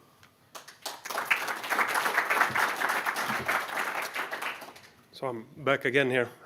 We've heard Joanne, we've heard Bengt as well talk a little about the installation, the rules and regulations, and also Christian with the cost analysis. And what have we achieved? What is the result so far in the projects over the last years? It's fair to say that since the installation, since we did the conversion, we've had quite a few down periods. There haven't been much that has stopped us from operating the vessel as we wanted to, or as we should do in a normal operation. So you could say it's been in production basically from day one since we got the certificates then, but we will come to that later. The installation have shown the same performance from day one until where we are today, and I think that's also an important lesson, and as important as everything else, because sometimes you can sort of install a thing in a vessel and it's have one performance in the beginning and then has another performance at the end. But now we managed to have the same performance throughout the whole project, which we are very pleased with. We've had actually one major issue, which has been in the later period of the project, which you see here. We believe we received some dirty fuel from the bunker delivery. We believe where the bunker truck has not been properly cleaned. So we have gotten that into our tanks, but we're investigating that at the moment. But otherwise, all systems, everything has been working as intended to. So that's, but to say that we are very, very pleased. But fuel issue will be sorted, and we are at the moment discussing if we need to see what kind of standard we need to put on the bunker deliveries, how they clean their tanks and everything, because we know there are standards that you use for example, for fuel which are used for planes, so they do not allow any dirty fuel on their planes. So we might look into that a little bit later on. But yeah, so our experience and the future a little bit, it's basically a little bit as the same as the last slide here, but it's fair to say that we are now 24 months into the certificate period. We are in addition 6 more months we've been using the vessel since we installed it and started up everything. We have had normal issues with this vessel as we have with our conventional pilot boats with diesel, no more, no less. It's fair to say that we're starting to look in a long-term use now, because the engine itself has been up for test bench before we did the installation, which means we've had methanol in the engine for over 3 years now, I think. Bengt might correct me for that one later on, but that's fair to say it's start to look at long-term use, and we don't see any issues with anything. We don't see any wear and tear that we do not expect in an engine. For us, it's also important that we can have this as a daily use. As I said earlier, we use them in our when we go out in each and every day. So we cannot have a lot of extra this and that before we can use the vessel. And I think it's fair to say that we can use this one as the same as we use our other vessels. What we've seen, what has been also very good for us and for others involved in this, that there have been a lot of interest from other builds within this size. They are now building vessels in our neighbor countries in Scandinavia, and also we've had interest from Europe and as far as away from Australia as well, regarding the installations and what we've done and what we've achieved. So that we're very pleased with. Of course, we do not stop here. We have a demand from our government that we should be fossil-free by 2045. So, and by new things, that's sort of tomorrow. We have another project along with ScandiNAOS as well.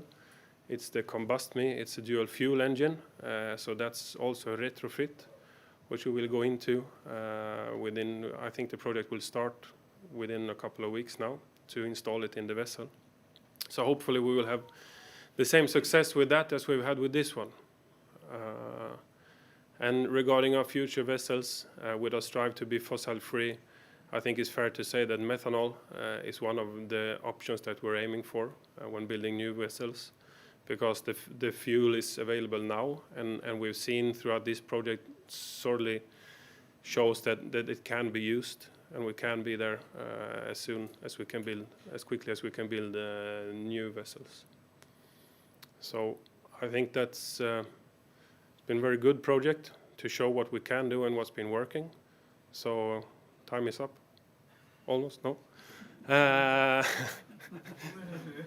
So, but we also, I would say we also look into hybrid propulsion with methanol. So that I think we've been given confidence over the last years with this project here to show that it's fully possible to move on and forward with the methanol and have it installed in the engines.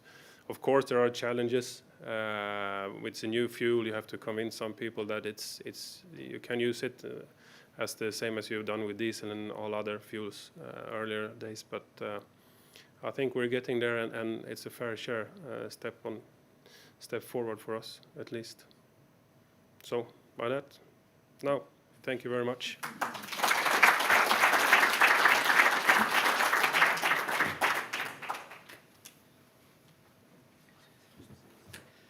Thank you all. And then it's now time for a short break. So just restrooms and water, and we start 15:15 sharp. So see you soon.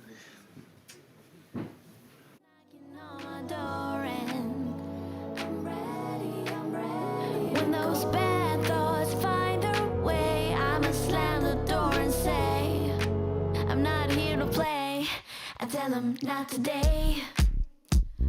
Oh, not today. Maybe tomorrow, not today. Not today. Maybe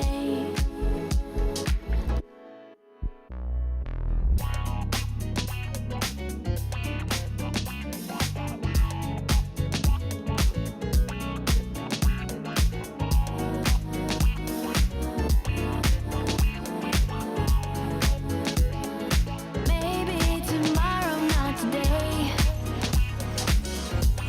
Not today. Maybe tomorrow, not today. Not today.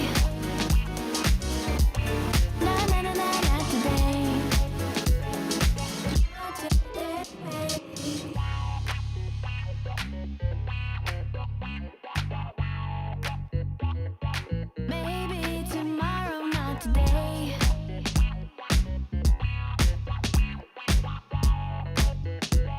Maybe tomorrow, not today. It is time, it's the perfect summer night.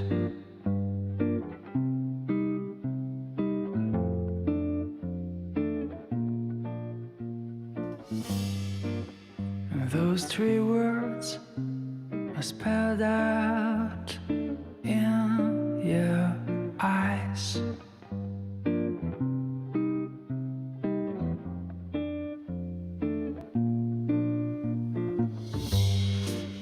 But before I go on, say something wrong.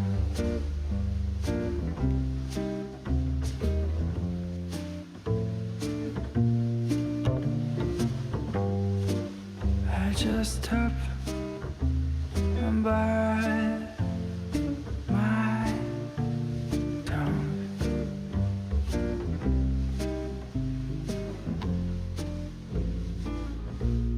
'Cause you've been told too many times before. Yeah, you've been told so many times before. So I'm gonna try with something new, and I'll never say that I love you. When the line between us just fades and blurs.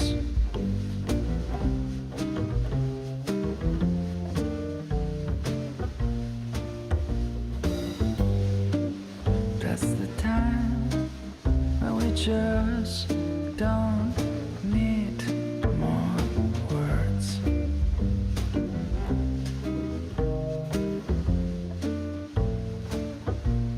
'Cause you've been told too many times before. You've been told so many times before. So I'm gonna try with something new, and I'll never say that I love you.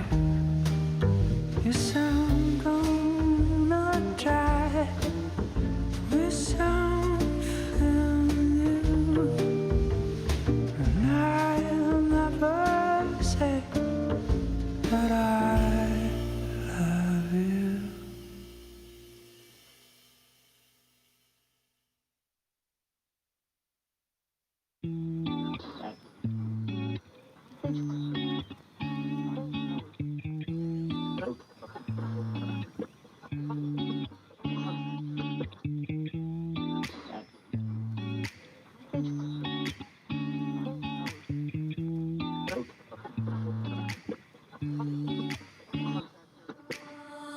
Open my mind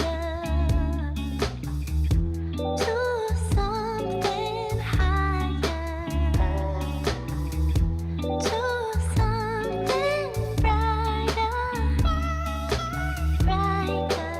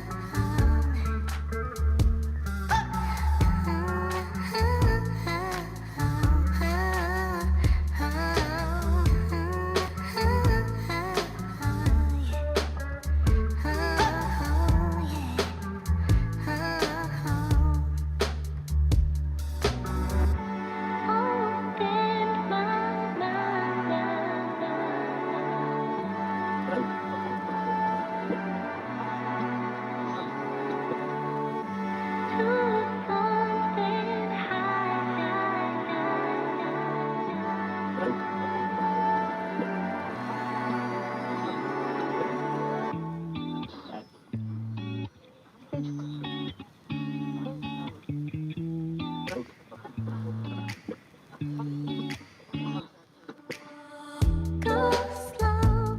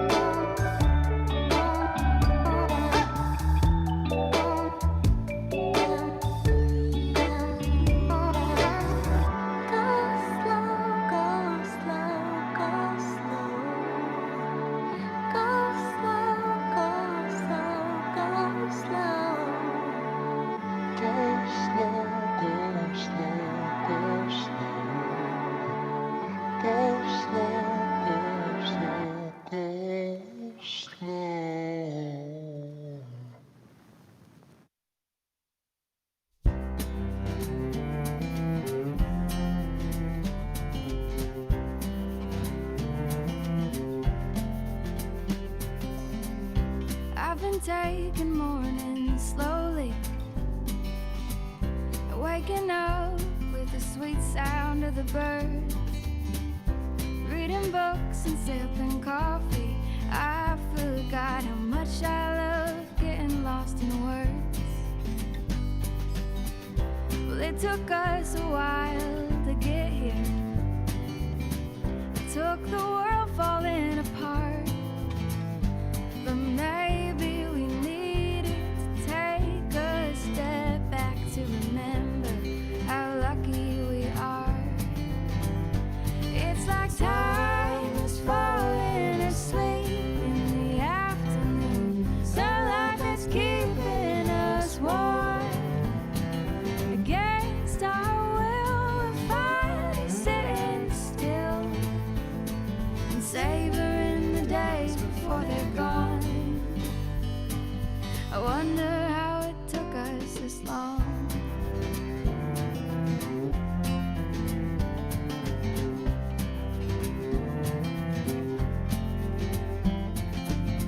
Spend our evenings telling stories and playing games like we were all kids again. Sitting on the front porch laughing, it's gotta be the finest medicine. It's like time is falling asleep in the afternoon, sunlight that's keeping us warm.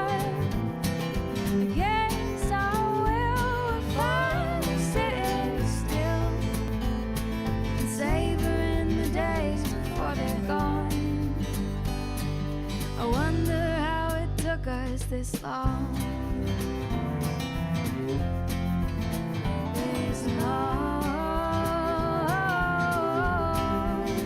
this long.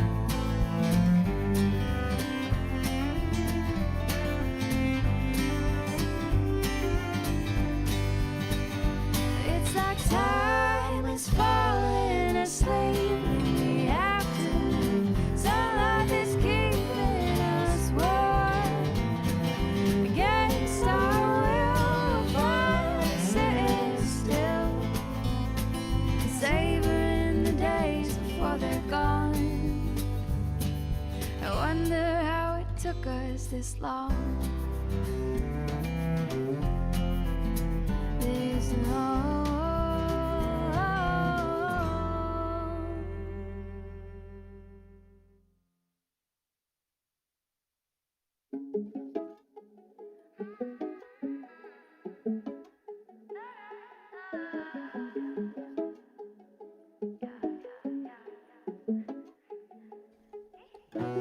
Waiting, patient, only thing that I've never been good at. No, no, chasing ways to have it to myself just like I should, yeah. Controlling all of my thoughts, I want you on my body, turning me on, baby, you know you got me. Got me tripping over all of these lines, I can't fight you. I'm spinning down, head over my heart, turning inside out. Love me in the dark, looking at you now. I can't get enough when you touch me like that. Stick around, swear when we're together, heaven's on the ground. I'll do this forever, looking at you now. I can't get enough, I don't know how you did it. Boy, you got me spinning round your bedroom. Touch me like the sun touches the morning. Yeah, yeah, wind me up one look and you can read me like a story. Controlling all of my thoughts, I want you on my body, turning me on, baby, you know you got me. Got me tripping over all of these lines, I can't lie, yeah. I'm spinning down, head over my heart, turning inside out. Love me in the dark, looking at you now. I can't get enough when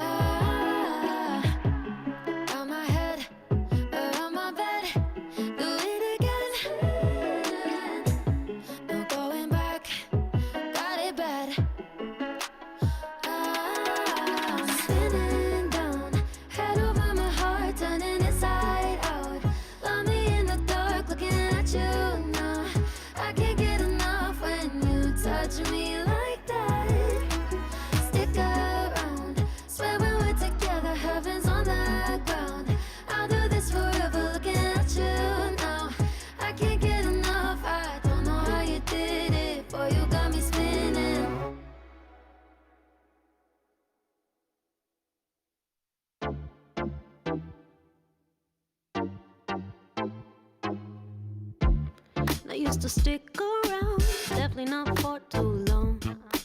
But boy, you got me hooked and made me wanna write this song. Thought all guys are the same, apparently I was wrong. Let me take you somewhere where we could be alone.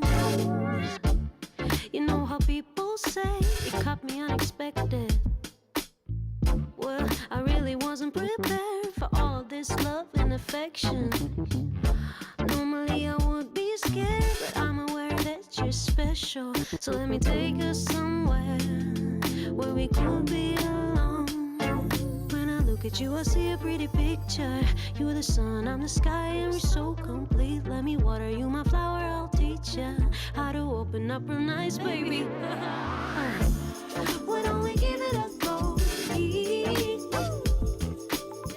Let's dive in a pool of love and sweet. Why don't we give it a go? See, there's nothing in the world like you and me. If it's up to me, I won't go to work for a week. No, I won't. Just to stay in bed with you, cuddle and watch TV. Don't care about anything, I know you do the same for me. So let's stay here all day and hide in the sheets. Baby, we deserve a celebration.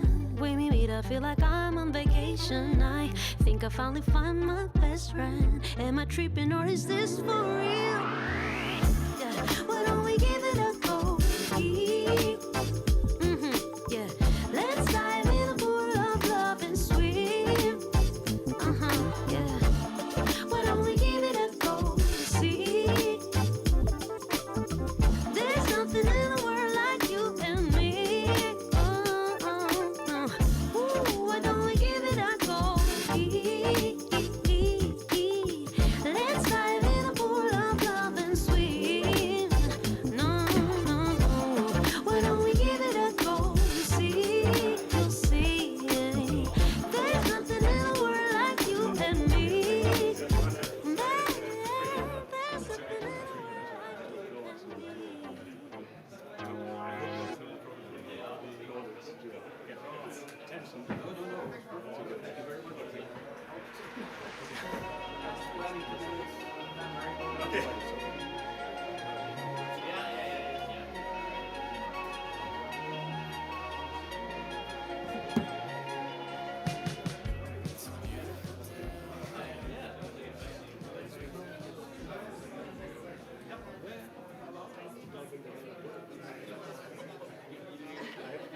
and me.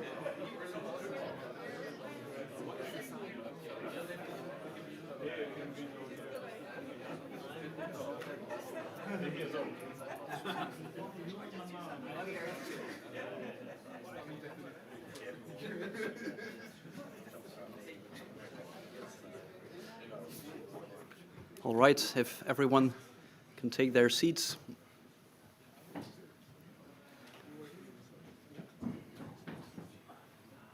Great to have you back.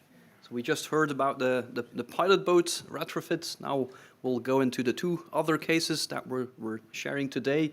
First of which is the river cruise vessel retrofit, and I hand the floor to Daniel Sahne.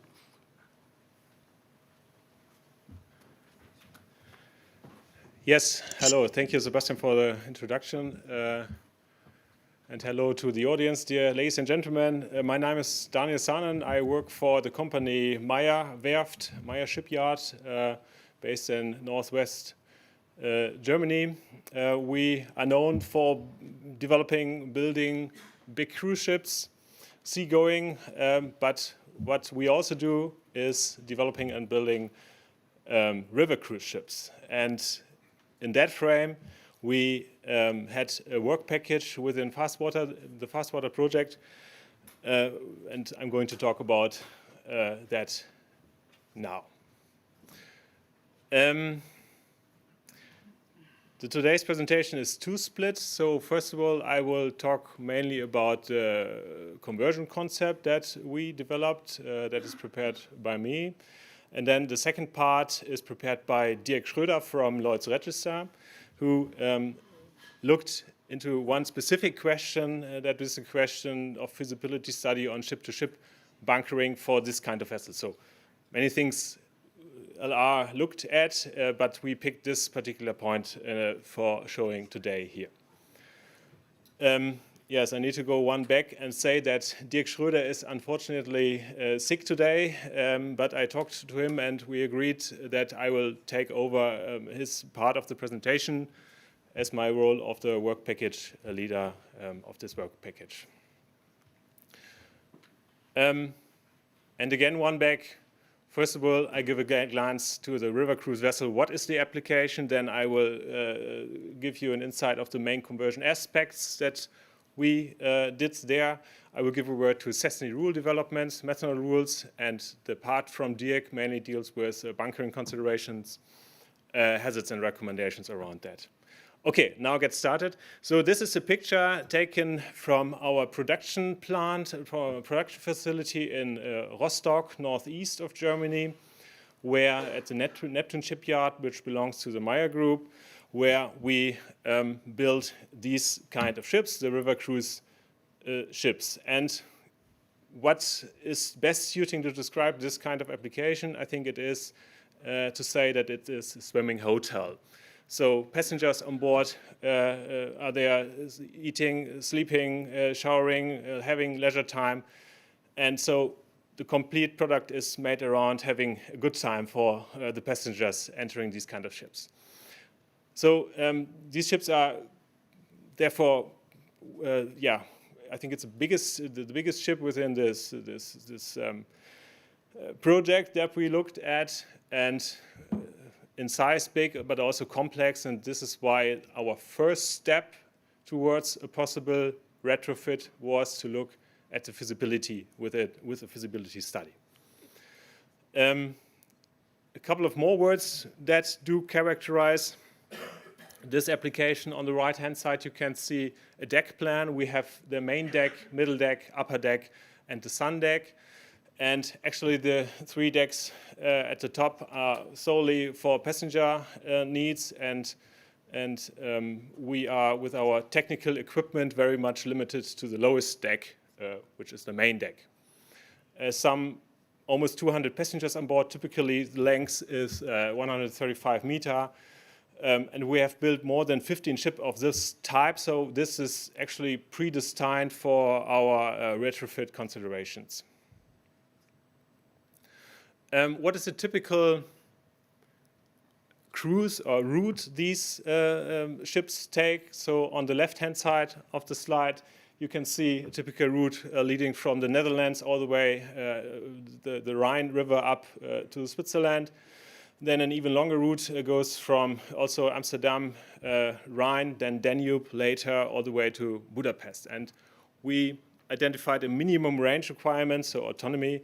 So these ships are stopping directly in the city center. There's actually no case possibility of refueling. So we saw a minimum range requirement of 10 days for this vessel. So this is one of the points there.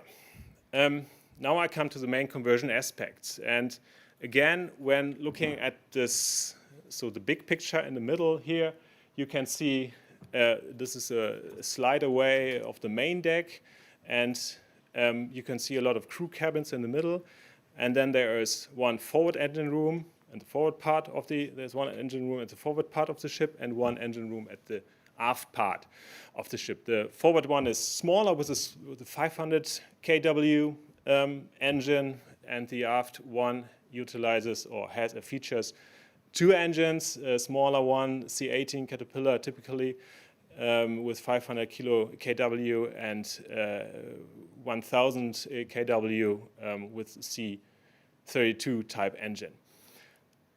What you see on the panorama view on the bottom right part of this slide is a view indicated by this little orange arrow looking to the aft of the ship. And the message that I would like to convey with this panorama view is that these engine rooms are typically fully packed and completely squeezed out.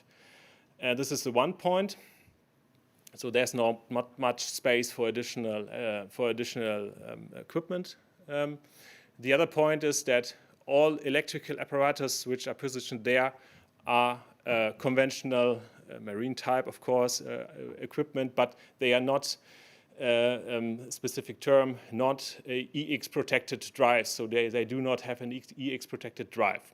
And so one demand for this, for the conversion of this engine room, was that we need to maintain a conventional non-EX protected room layout. And we were able to apply that by the concept of a ventilated engine room concept, which I will give a couple of words later to as well.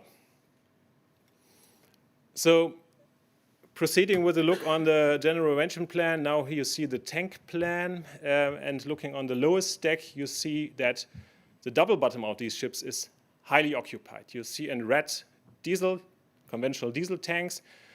In blue color, you see potable water tanks, but what really catches the eye is the high number of green surfaces, which is ballast water. And one must understand that in this application of inland waterway shipping, you have high demands of ballasting. So you need to be able to go through rather shallow waters, but also you need to, then you want the ship to be quite wide up. But you also need to be able to cross bridges. Then you need a lot of ballast water to cross these bridges. So this is highly dynamical, and there's no space existing that can be occupied for fuel, let's say. So that is why we need to keep within existing tank structures that is already there. And in the frame of this project, we took the possibility to develop even two tank concepts. The first tank concept is a methanol-only case, allowing an autonomy for 14 days, whereas the second concept is a dual-fuel concept. We heard elaborations on that from Sebastian already earlier today, and that one allowed an autonomy of 10 days. The client wishes, of course, to have a methanol share as high as possible, but then after many considerations, we decided to go ahead with the dual fuel concept number 2, because this was found most economic, because we only had to utilize the existing tank structure for diesel in the aft of the ship, and not to create a new methanol array, methanol slide storage area in the middle of the ship, which is indicated in the picture here. And of course also in this way, dual fuel, we are able to keep the engine as it is, and this brings me to the next slide. So the dual fuel concept, in this picture we have the Caterpillar C18, the smaller engine. What features the dual fuel concept is port fuel injection, so injection of methanol via the air path. This engine has a rather modern diesel injection system, which allows to use it as well for pilot fuel injection.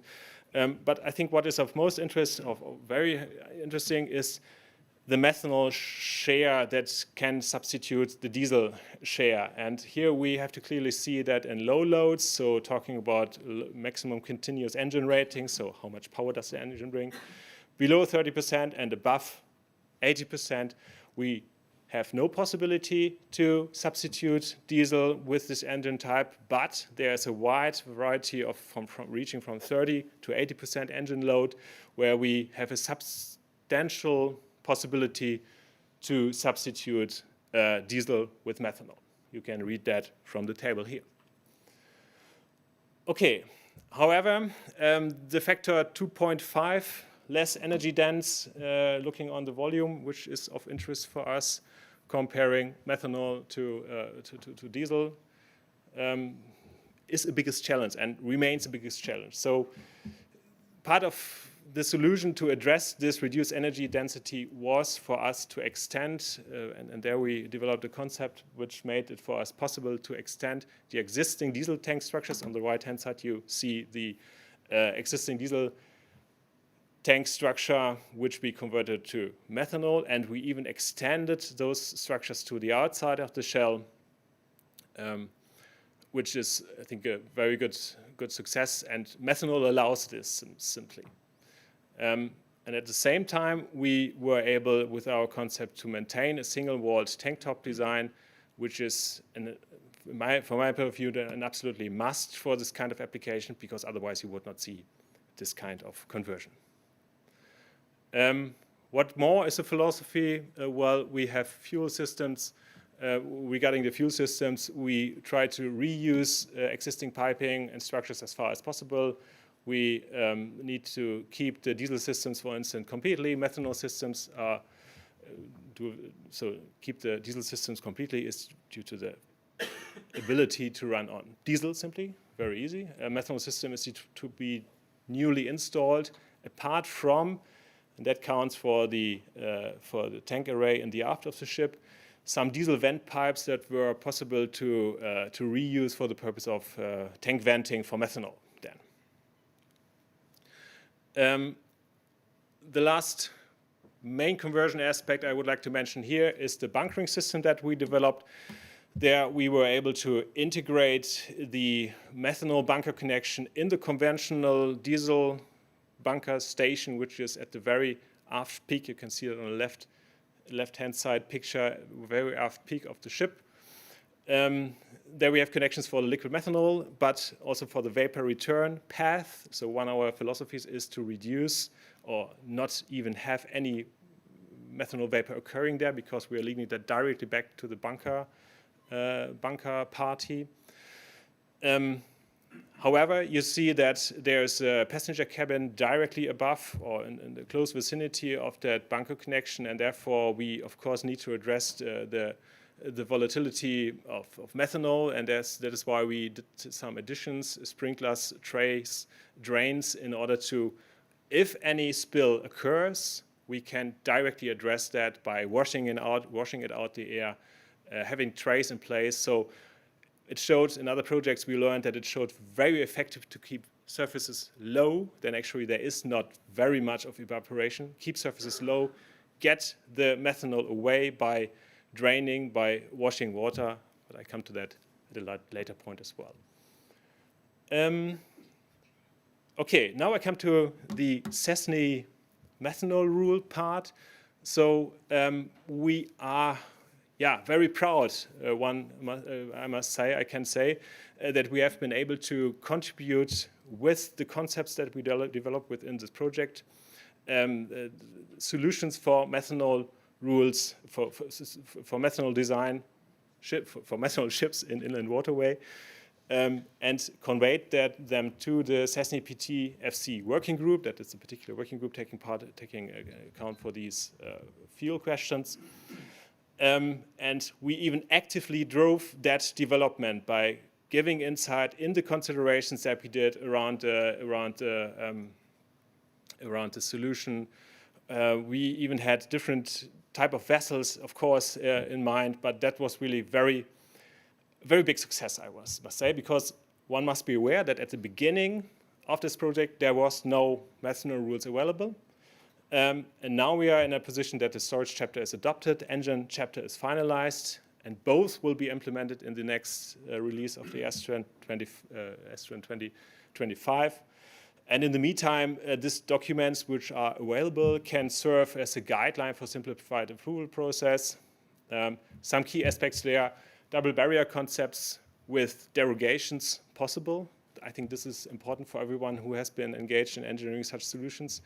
Two engine room safety concept, gas safe is the one, then ventilated is the other one, where we talk about possibility of single-walled areas, X-zone calculations that was mentioned before, IEC calculation is their keyword. Then fixed and portable PPN sensor required for that ventilated engine room concept are some of the key points here to mention. But I think maybe not most outstanding, but also worth a complete slide here is the tank concept which has been developed in that frame. And these are two pictures from the Estrin Annex 8 guideline currently, which shows different methanol tank positioning, distance solutions for non-inerted tanks on the one hand side and inerted tanks on the other hand side. And I think this variety of structural tanks we see here, we see independent tanks. This variety of green surfaces, one can say, on this picture shows also the demand of this inland waterway shipping sector, where we have a lot of applications sailing from the small workboat up to the big river cruise ships. So this was done in a sense that everybody can find the solution best for their application. Okay, so this is the last slide of my part. Conclusions: ship conversion from diesel to methanol is feasible. We have single and dual fuel concept developed. Dual fuel most economic. Reuse of existing tank structure is inevitable, we think. Contribution to Sahne rule development was very beneficial, a big success. And here I would like to raise, or to put the appeal to everyone involved in such projects to bring the knowledge, the solutions that you would like to go towards those groups. I must say our experience is that these groups are very happy that input from the practice is coming to the desk there. And that's why, and we all know that rules need improvement, need refinement, and that is my appeal here at this point. So, and this goes in line with the last two lines here. The high development potential is on simple and safe methanol fuel technology solutions is there. And methanol technology is rather new there. That is why we need to gather experience and learn. Okay, I will now put on the Lloyd's Register hat and get in the position of Dirk Schröder, or better to say as a work package leader of this river cruise retrofit work package now.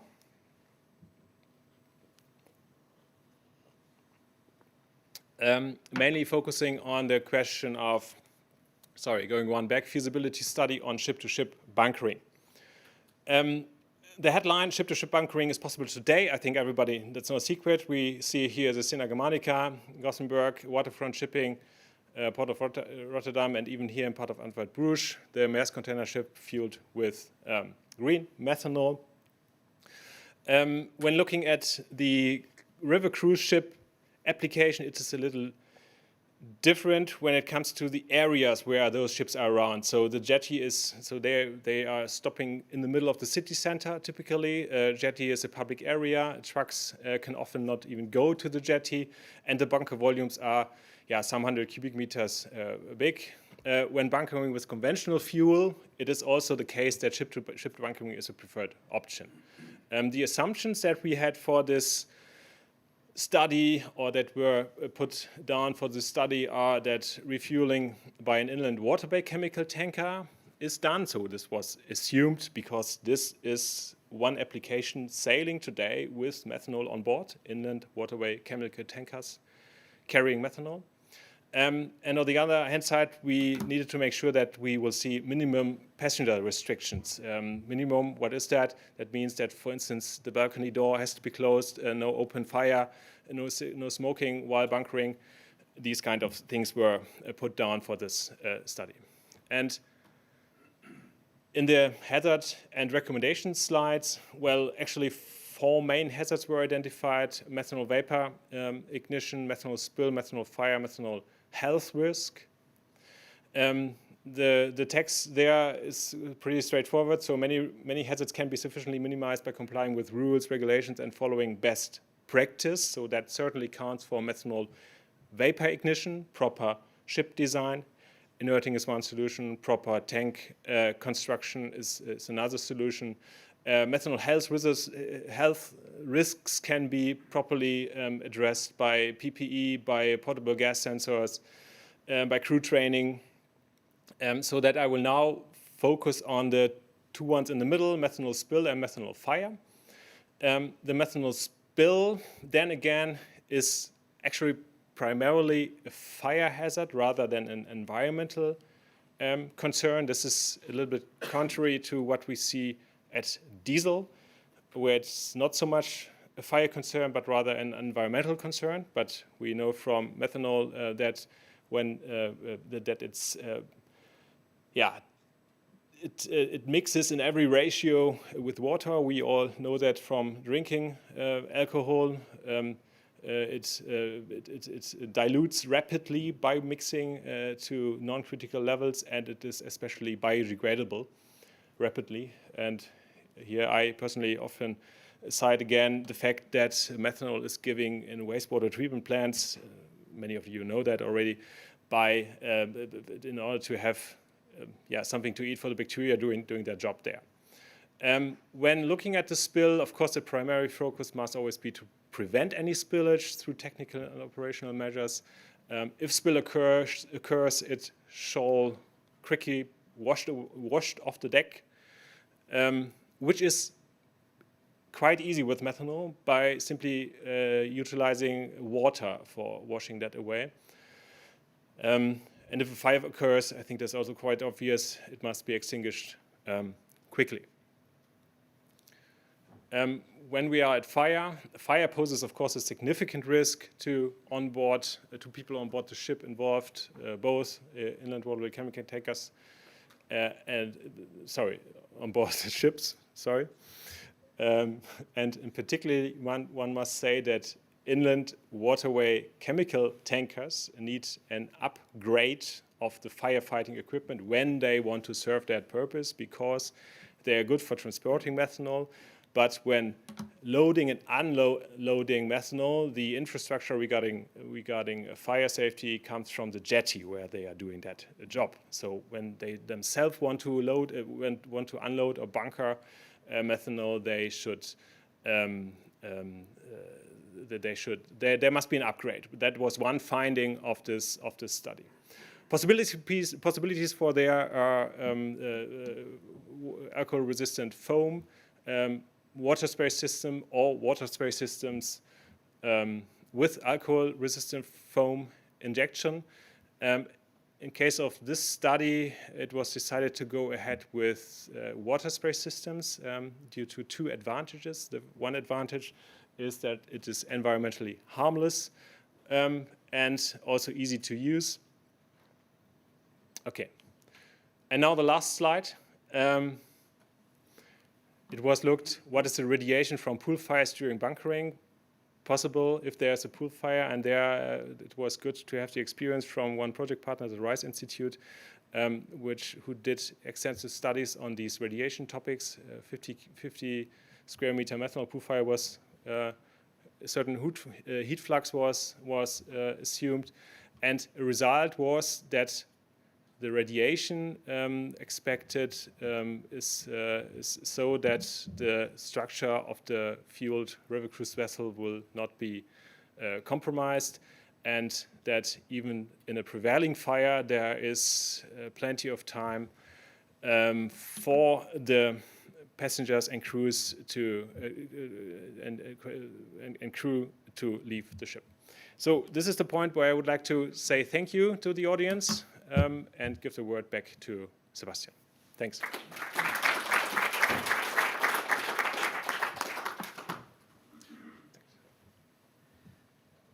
Thank you very much, Daniel, also for taking the double role there. Now we come to the final presentation, the one on the tugboat retrofits that you will then later on be able to see in real life. So I ask Sander to the floor. The floor is yours. Yes, so everybody, my name is Sander Sijssens. In the last 2 years I've been here joining Port of Antwerp-Bruges within the technical fleet department, working on all of our new build and rebuild projects. And I have the honor today to present you our findings, but also I have the honor to full-time work on these projects. And together with my colleagues, we prepared this presentation, and normally we end with a thank you, but today I would like to start for all my colleagues within our team of technical fleet, but also all our other colleagues in all the other departments of Port of Antwerp, but all our partners, all subcontractors, all suppliers, governmental organizations, class, everybody who contributed with their skill and their hours and their time and their knowledge to this project. It has been quite a journey, but together we have made it to the point where we were pioneering in these turbulent waters, full of challenges, but at this moment we have a ship that is working, powered by methanol. So we are very proud to present that today to you. So the MetaTuck project is, of course, part of the FASTWATER project, and we started together with these partners, who we have mentioned several times, on this journey. A small overview of what we're saying today is how this project fits into all the things we are doing at Port of Antwerp-Bruges, also the route towards the start of the retrofit itself, and then Koen is going to, from ABC, is going to have a small intermission talking about the dual fuel engines used on the ship, and we also had some other parts into the FASTWATER project where we're looking into bunkering our vessel and training, so not only doing the retrofit, and in the end we have some lessons learned and recommendations. So a green fleet, that is one of our goals at Port of Antwerp-Bruges. One of our strategic goals is to become a climate-neutral port in 2050 and be, as a world port, a representative that it's possible to change the maritime business and the world we're living in the ports. There are many projects. We're looking into importing green hydrogen. We are sharing energy with heat. We are capturing energy from the wind. We have a large petrochemical cluster. As said, methanol is a building block. It can be even a bigger building block for a lot of chemical products that are produced in our port. But also, we have a lot of ships coming here. They all will need to be fueled. What the fuel of the future is, we don't know at this moment. So we are also doing multi-fuel port projects and seeing that we have the knowledge and the facilities here inside of our port for all shipping and partners and customers inside of port that they can go shipping. And of course, we also have our own fleet. And with this fleet, we can do demonstration projects, we can gather knowledge, and we can set an example of how we are going to change the way we are using our ships. Also, because when we did calculations of our CO2 emissions, we noticed that 85% of the emissions were related to our ships, and that all our other business, our buildings, our vehicles, our traveling is a lot smaller contributing factor. So there are a lot of possibilities for us as a company to lower our emissions by tackling our fleet. So there are 3 feet into this project. It's renewal, greening, and optimization. And so we are renewing. We have already done a lot of things. We have new types of vessels, the RSD vessels we call them. They are azimuth thruster vessels with a two-bow system, which are contributing a lot. They're very good used in operations, and they're also contributing to a lot of fuel reduction. We have our hybrid electric patrol vessels, which our port authority officers are using to patrol over the water as well, which can also run fully electric. We are optimizing, so we are gathering data so that we can sail more efficiency, but also we can plan more efficiency, and we can look at all the equipment on board of where the energy is going and optimize that. And of course, we're also greening. So we're greening on our vehicles and the way we use energy, but also on our ships. So today, the MetaTuck is an example. We're going to use methanol. We have our HydroTuck that's since the end of last year is in operations. And at the end of this year, we're also trying to go with a battery electric vessel. So that's greening, optimizing, and renewal. The design of this vessel took several steps. So we started off with a feasibility study. We started talking about it. Is it possible to change over and to retrofit? As Sebastian said, we came in, we joined with ABC was involved, multi-engineering was involved, and we looked at several things. Is it technically, economically, safely, and operational possible? And in the end, can we follow regulations to get a certified vessel? Well, the first 4 points were green flags. The last one was a bit of a red flag. It was soon clear that we had to go to CESNI and asked for a deviation. So this was another project that was started. And so in 2019, the project was explained to CESNI. We created detailed designs for the conversion. We did hazards, and in February it was represented. We got even more homework, time to answer the questions. More questions were asked of how are we going to get these engines approved as a rebuild. In the end, in November 2022, we got a final application in, and then it took us all the way to May 2021 to get the derogation accepted. So it was quite a journey from how do we go from this idea to something that we in the end can use in operations certified. And then it was time to start looking for partners for the retrofit, which we also found. And there were 4 big objectives. That's changing, creating a bunker station. Of course, we needed to get the fuel on board, and we needed to find a position that within the retrofit, the ATEX zone would not impact the vessel as much. So that's why it got placed there in the corner in the aft, because that way there was the minimum amount of equipment that needed to be changed or moved or adapted. Second thing we needed to create was an inert gas system. Where we were going to place this, and which functionality it all needed to have, kind of changed over the project. The initial study, we put it into the engine room in a separate space. Then later, we did another design study. We would put it on in the safety store on deck. But then, after talking to the nitrogen generator producer, we, in the end, placed it in the front in the engine room. So that's also why you see the arrow is kind of crossing the entire image. That is showing why the changes that were made to optimize, in fact, this retrofit during the process. Another very big task was creating a methanol tank. So the aft of the ship was completely cut down, and a lot of steel work needed to be done because we needed to create the methanol tank and all the pump room, so the fuel preparation room and all the stuff around it. And of course, a big thing, the dual fuel engines. So an adaptation of the engines so they could run onto dual fuel.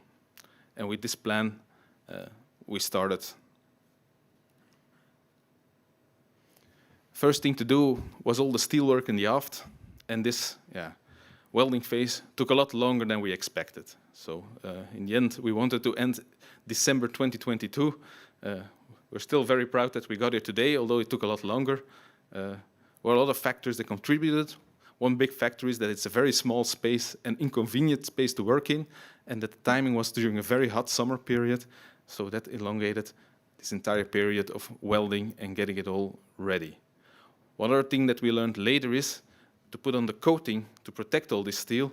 It would have been better probably to prepare all this material and rough it up, so it would be, you would need less work preparing it inside the ship when all the welding was done and the deck was back on before painting it. So,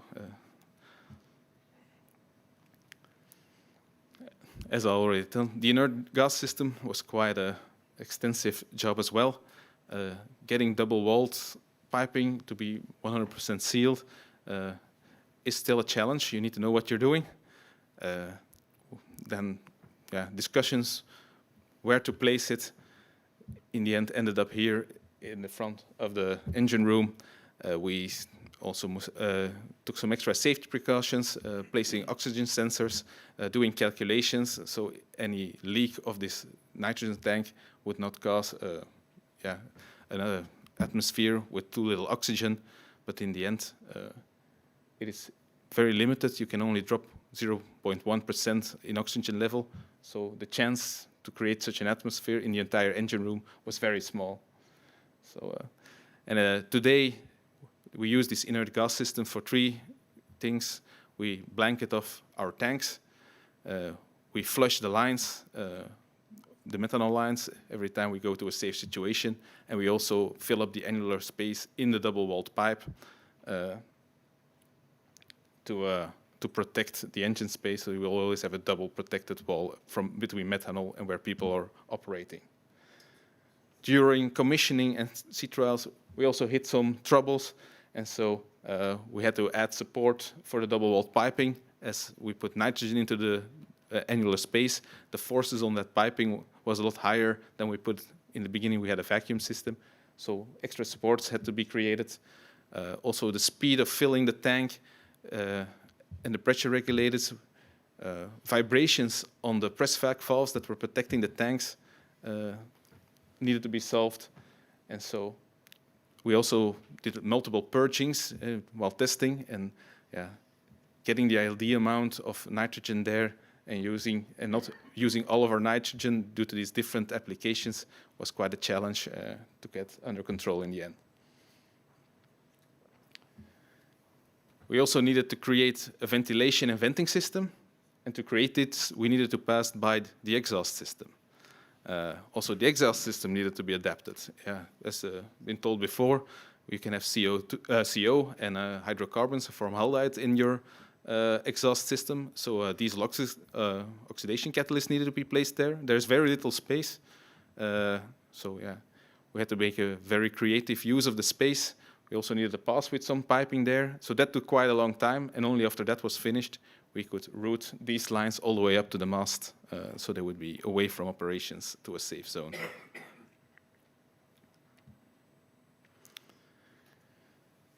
On our methanol system and fuel preparation room,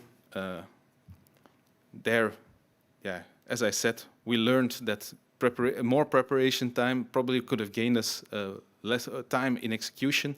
It took us a lot of time to get the coating done. Once again, we weren't well helped by the circumstances. Now it was winter, it was freezing, the vessel was in the water, not an ideal situation to coat a tank. We had to condition it. It took a lot of hours, manpower in a very cramped spaces by some very brave people who did a lot of hard work there. But also we were just in a period coming out of Corona where parts were very difficult to get.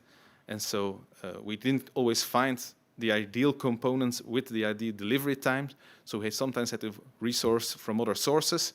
And this took us quite some time to get this fuel preparation rule completely set as it done. We needed to re-weld some supports. And so everything took us a lot more time before we got this configuration perfect and we could get all the coating done. And so,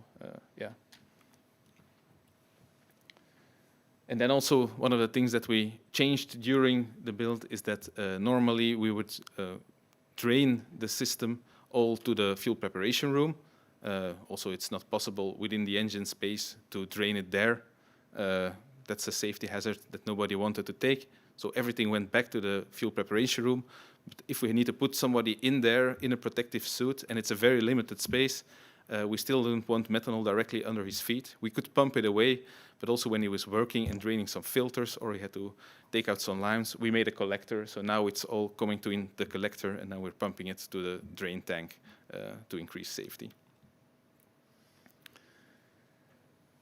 What began as we thought, some small extra electrical cabinets kind of grew and grew over the project. Once again, faced with the delivery issues and timing of the project, we had to push to get it. That was not ready-built and factory-tested electrical cabinet, but it was a full mechano set for some electricians to put together on site.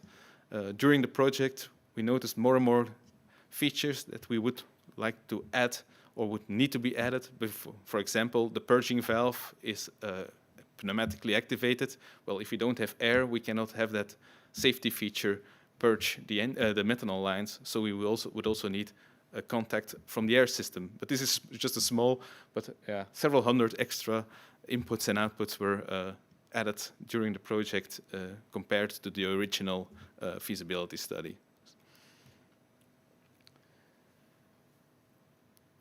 Another challenge was the fire suppression system. There was a CO2 suppression system. We knew that it needed to be expanded, but then if the calculation was on how much we needed, the space was too small.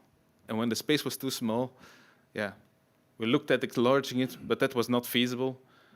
So we proposed to go to Novec. Then we could place some of it in the engine bay, and we can improve safety for our people. So even if we would extinguish it with somebody in the engine bay, they had a survival possibility. But this also had a lot of consequences, because now we're changing our fire suppression system. We're coming into regulation where we need to have air intakes for our engines from outside. This is one of the parts in our journey that we need to find an elegant solution for. So today, not fully finished, but working. And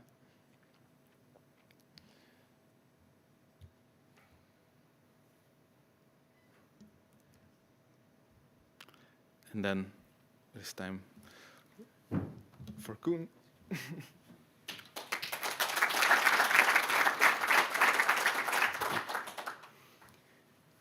I will tell you what we modified to the engines and how we came to dual fuel methanol engines for the tugboat.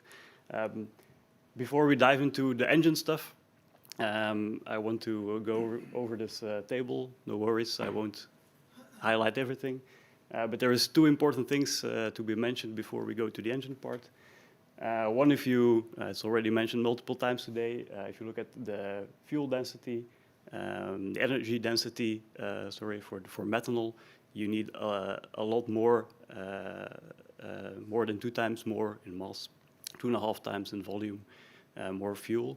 And if you combine that with the heat that you need to vaporize the methanol, which is about almost 4 times higher than compared to diesel, you come up that you need about 8 times more heat to vaporize the methanol compared to diesel. This is very important for engines because methanol, it has the benefit that it's liquid, but in the engine you need it gaseous, so you need to vaporize it, requiring such a high amount of energy. It means you have to heat it up a lot to get it vaporized fast enough to get it in the combustion chamber. We started investigating this methanol concept even already before the FASTWATER project started. We started looking during this feasibility study that Sandra mentioned into the port fuel injection concept. It's a dual fuel concept, like Sebastian mentioned already before, that you inject the methanol in front of the intake valve. So what you see on the picture is the intake valves, and you see the spray of the methanol spraying into the inlet channel just before the combustion chamber. Why do we chose to go for that option? It's a relatively simple solution, and it still allows to have this diesel part in the combustion system, so you can also run 100% on diesel if you want to. If there is some problem with the methanol system, or there is no methanol available or whatever, the engine just switches back to diesel, 100% diesel operation, without you even would notice that it happens. Next to it, it's also a very cost-effective system. It's a low-pressure system, so we were below 10 bar methanol pressure, which allows for simple pumps, simple filters, simple piping systems. So keeping things simple is very important if you're looking at retrofits. Also, this port fuel concept, it allows us to mix the air with the fuel before it starts combustion, and that helps us to reduce the NOx emissions, and this is a big benefit. Even if the methanol is not green, you reduce 50% nitrogen oxide emissions without the need for an SCR catalyst, which is not always possible to fit into existing ships. And then the last benefit, we use multiple injectors, so 1 injector per cylinder, and that allows us to optimal control the timing when we inject it, so we can really inject the methanol during the intake stroke. So when there is airflow, we inject. We don't inject when there is no airflow, and that way we can create a very good mixture. Then we started testing. Even that was before the FASTWATER project started. We didn't start testing on a full-scale engine, but on a single-cylinder engine. It's a test engine that only consumes 1/8 of an 8-cylinder engine, so it's easier to test. And it also has more things we can vary.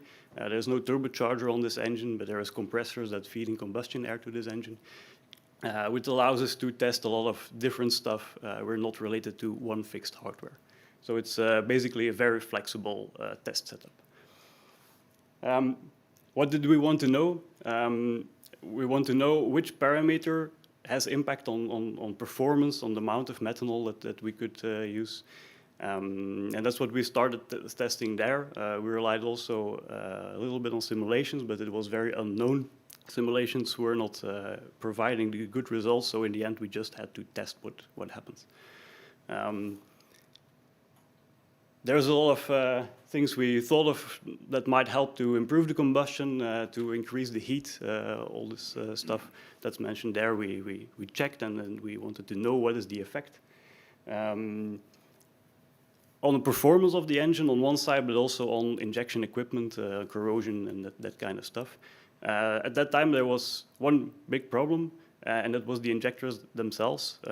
For the first tests, there was no injector available that could power this cylinder. Only if it's only one cylinder, still the biggest injector available was not sufficient. And we used 3 injectors. The biggest one we could find is from drag racing industries. And still we had to use 3 to get enough power into the engine. Of course, you can imagine having 3 injectors next to each other. It's far from optimal. The spray pattern of those injectors, it's not the way you want it, but it was the only thing we had at the time. And then enters the FASTWATER project with Heinzmann as a partner. Heinzmann is responsible for making the injectors. And they started working on getting an injector, one dedicated injector that fits for our power needs and that has an improved spray pattern. What you see on the graph here is the droplet size out of the injector. So Heinzmann tested, I think, up to 19 versions of this injector.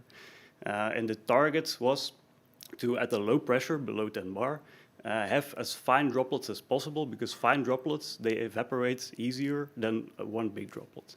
And you see in the end, so the red line is the benchmark from the drag race injectors that we use from a single injector. They tested a lot of variants, a lot of different versions. And this green one in the end was the best one and was chosen to test on that single cylinder at first time. We did also some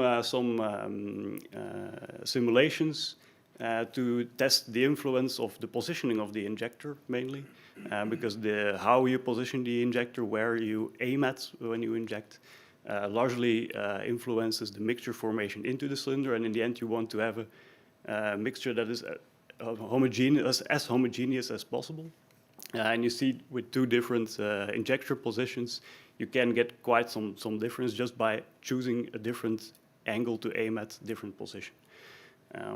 That was then tested as well on this single cylinder to correlate the results.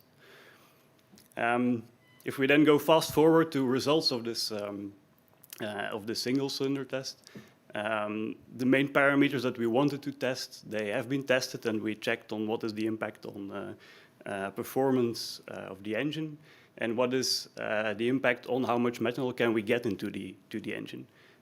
For a lot of variants, both can be improved at the same time, which is nice, and those mainly have to do with getting more heat in the engine. For example, improving compression ratio. Sebastian already mentioned before, you have a higher compression ratio, meaning that you have a hotter gas mixture at the end of compression, so it's better for combustion, heating intake air, etc., etc. On the contrary, there is the amount of air, the lambda that you have in the engine, that works contrary to, if you want to have a higher efficiency, you have to reduce the methanol percentage. So that's the thing where you have to find the right balance. Anyway, the key in all this research is that temperature control for the engine as well, internally in the engine as externally toward the engine, is very important. So then we have tested on single cylinder, and then the question is, what is the impact on a real engine, on an 8-cylinder as is used on the tugboat, to define a retrofit kit to retrofit existing diesel engines to these dual fuel methanol engines. We have it here, the main things that we have changed on the engine. On the left-hand side, you have the diesel engine. On the right hand, you have the methanol. Of course, the bore and the stroke of the engine, that always remained the same. Power output is the same, which is also quite important for a retrofit. But we have increased the compression ratio from 12 to 14.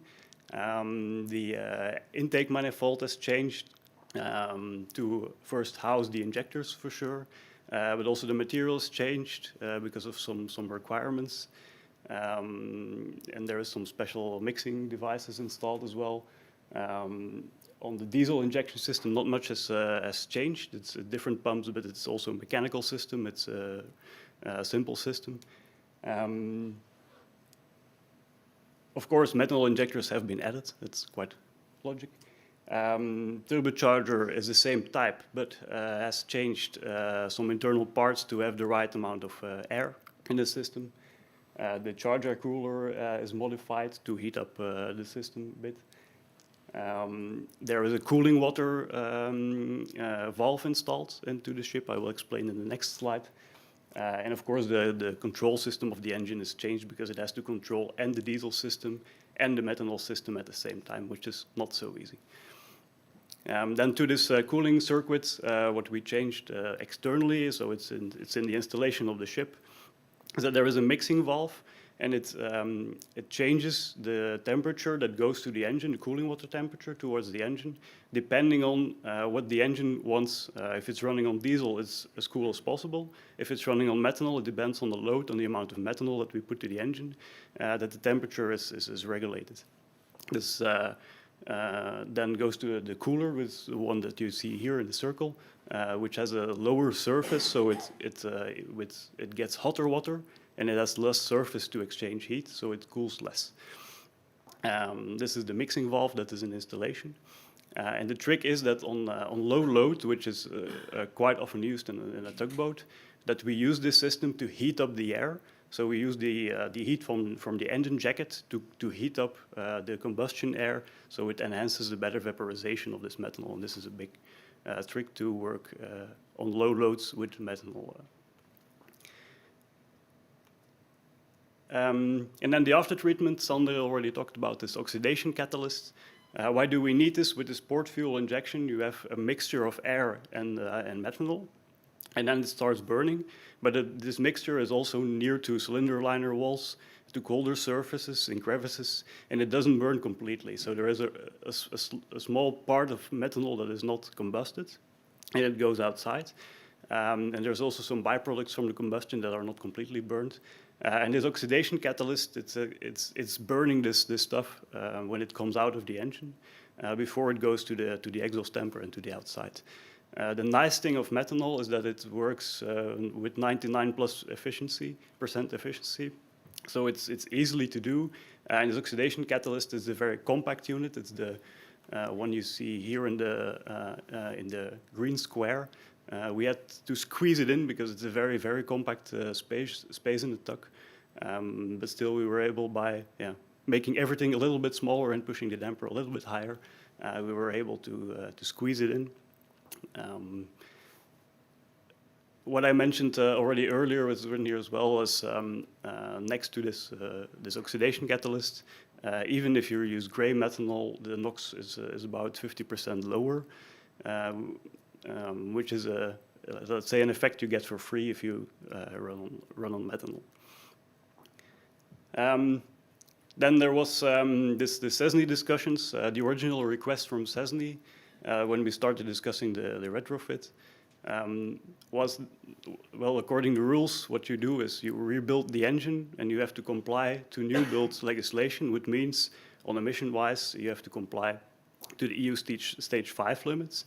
But it means you have to install SCR system, a particle filter system, which is bigger than the engine itself, and we have done this. It's possible. We have done this, as you see in the picture here, from the Hydrotug. But why was it possible? We added a complete deck on the ship to house this complete system. So for new build, you can think of it. For rebuild, it's totally impossible. After some more than some negotiations, we got an exemption on the condition that we prove that the emissions are reduced compared to the original design, which is the case, for example, already only the NOx were reduced by 50%. Of course, we recommend to not make exceptions out of it, but make rules out of it, that everyone can enjoy this new exceptions without having the need for discussions, because it will hinder retrofits. Because in a lot of inland waterway ships, it's not possible to install this after treatment. With all that, we built a test engine to test everything on a real engine scale on our test benches. Here you see a picture with the complete FASTWATER crew visiting the test bench. And then later on, we converted the engines itself. Actually, we were quite lucky. It's one of the nice stuff in the project. We discovered that the engines could be taken out of the vessel. So that helped us to do the conversion at our own pace in the factory and not hindering the work at the yard. So we did the conversion of the two engines, and then they were put back into the ship. And with putting the engines back into the ship, I give the presentation back to Sandor.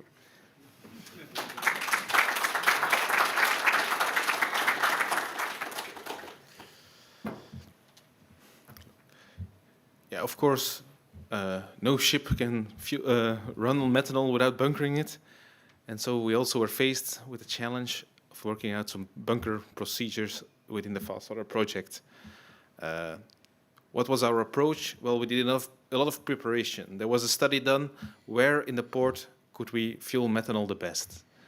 In the end, our own location at the Nautical Operational Cluster, or we call the NOC, was chosen. So in fact, there where the tugs always come home, they can also refuel. We had a consultant made us a bunker management procedure. So he took all his knowledge of dangerous goods and everything. He knew what we were doing, and he set up a truck-to-ship bunkering methanol bunkering procedure. And from this, we worked together with the harbor master to do an Aloha tool study for the health risks and the fire risks on our site to get to know what we had to do to get a permit. And so they said we would very much like you to follow the IAPH guidelines, as mentioned before, because we are in these working groups and we want the knowledge that we are using with this project to have other vessels coming to the port to follow the same procedures, and we already can get real life experience making these. And so normally there are 4 parties involved. There's the receiving ship, which is Port of Antwerp-Bruges. There's the terminal, and after the investigation, this was also on our side. There's the harbor captain, the harbor master, which is also part of Port of Antwerp-Bruges. And then there is the bunker operator, who should take the lead. Of course, with 3 out of 4 parties being involved, we did this together. So together with the WIT, we started making the necessary documents. So we took our base of bunker procedures that we had made, and together with everything and their knowledge, we made a compatibility study of what are now the demands and where are the missing links. And out of this study, we made a joint plan of bunker operations. So that's really the necessary thing within this IAPA method, that you make a joint plan of bunker operations, and this describes everything what you are going to do. And from this document, we are making a checklist that every bunker operation we should follow. Later on, we did some dry bunkerings and also real bunkering in the meanwhile, to go over this checklist and over our GPO and check. And we are getting the experience back up the chain, so we're kind of getting a V model of what the theoretically necessary things were, what the experience is, and how we can improve these steps and get the good results and get all the documents in line. So this is, now we have a permit until the mid of June, and by then we will do a refresh, and I think every 6 months of every year we will probably do a refresh of the lessons we learned and how we can get it practically working. We did do quite of a simplification because we are not refueling once, we are doing it every 2 weeks. And so we also line this up with our hydrogen refueling process, which we are doing almost daily if we are rolling full operational with that ship. And so step A in the checklist, we kind of deleted and we put everything which was normally in that step into the joint plan of bunker operations. So all the preparation work, it's every time the same, so we don't have to check it again. But then when the truck arrives and the ship arrives, they do their proper checks to do the preparation. Then we come together and we agree on what we have to do and that everybody has done what he needed to do. Then we are connecting everything and testing all the connections. and then we are ready to bunker.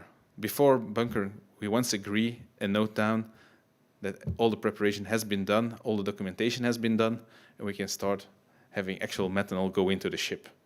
And after the methanol transfer has been done, we do have mutual checks, getting all the ship and the truck back to their normal conditions. We clean up our safety zone, and we are finishing off our administration, and the truck leaves our premises again. So again, here you see a small picture of us doing a dry run. You see the bunker station. If you would visit the ship later, or if you already visited, you've seen this. But maybe more interesting is the picture on top. So we found a position where the ship can be berthed. Then the truck is standing with its rear to the water. In red, we have our ATEX zone around the truck.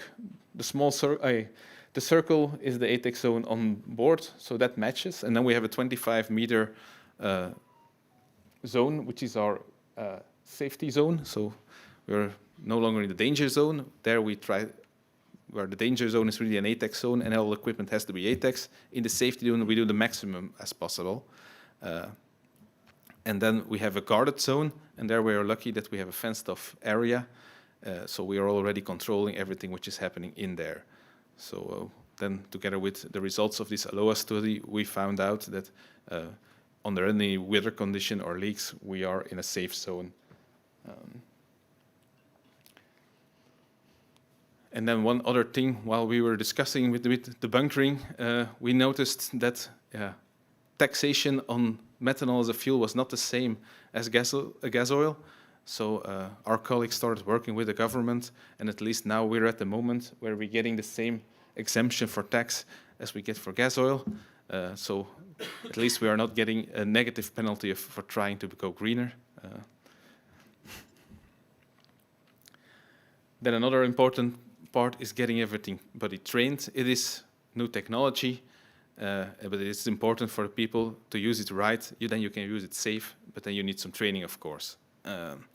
Out of all our theoretical preparation, we also made a theoretical training with all the how to handle methanol, but also what bunkering should be like and how the ship would look in the end. But this was very theoretical training. Then we went more and more practical. So we worked together with ABC, so they could explain to our people what all the adaptations were and how this system would work. So they trained on the methanol system and the engines. Then we did a very practical training on board with Walter, who is also a fireman, who has also a lot of experience and is also following the project for us. So he got all his knowledge from all his years on board, and so he got very practical lessons for all the people on board, and he could directly see it, how it would work. During our dry runs, we kind of prepared with a toolbox that people would know how the documents are made and what the necessary steps are. We had some of our technicians trained to work in an enclosed space because the fuel preparation room, it's a very tight space where you have to go down in a suit with external breathing air. So also there we got some people trained. So in the future, if we need to do maintenance or repairs there, we got training. And of course, during bunkering, we trained everybody so they could protect themselves with measurement equipment and measuring if there's any methanol near or any danger near for oxygen depletion or anything. And then I wanted to round off with some lessons learned and recommendations. There might be many lessons learned, but I tried to list up the ones I take away from this project. So especially with a rebuild, you can get a domino effect. Changing one system might change another system. And this is not always very clear in the beginning. And when you start, you can try, if you know your ship very well, to avoid this, but still it is unavoidable that some domino effects of the rebuild will cause you to change other system as well. We learned that the preparations of the methanol tank and the fuel preparation, the more time we spent preparing, I believe we could have gained in execution. So this was not helped due to circumstances, but I think if you would start the project, this is a very important thing to take into consideration.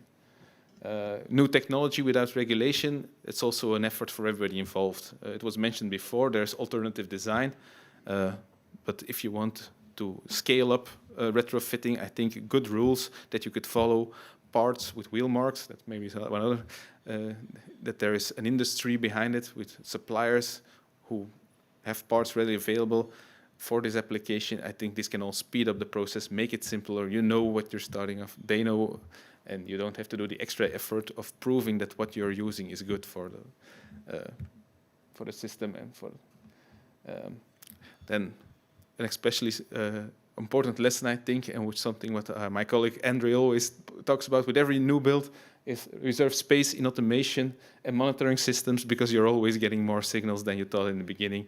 So if you want to save money, don't save it on a too small PLC, too little in and outputs, communication capabilities, have some spare and also some spare space to even mount more. I think it's a good thing to take away. And then in the end, we also learned that working with methanol is safe if you know how, but yeah, training should be developed, and I think that's also necessary for an industry-wide effort, that for all people involved in maritime on different levels, that there can be training. Yeah, this point was kind of adapted because now we get the same tax exemption for methanol, but yeah, maybe even having tax reduction, incentives to use green fuel might be a good thing from the government. I think all parties who are working on recommendations, please keep talking to each other so you don't get conflicting requirements. That's even if it's international, inland, seagoing vessels.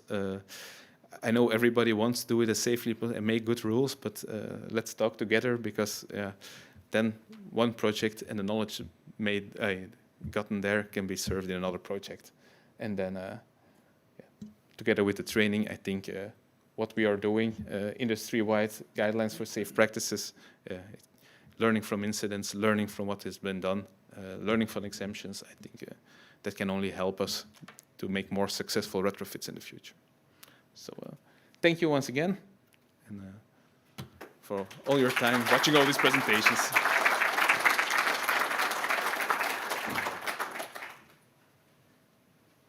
Thank you very much, Sander and Koen, for the insights into the tug. So some closing statements. I can feel the room getting anxious to actually go and see the thing, so I won't make this long. Maybe before going through what I listed, a couple of things that I realized during the session.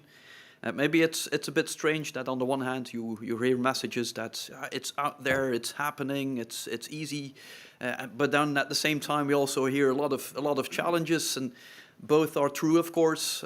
Remember when you had your first kid, that was probably pretty challenging, but I know there's some people in the room that by their fourth kid, it's pretty easily handleable. It's a bit of the same thing, of course.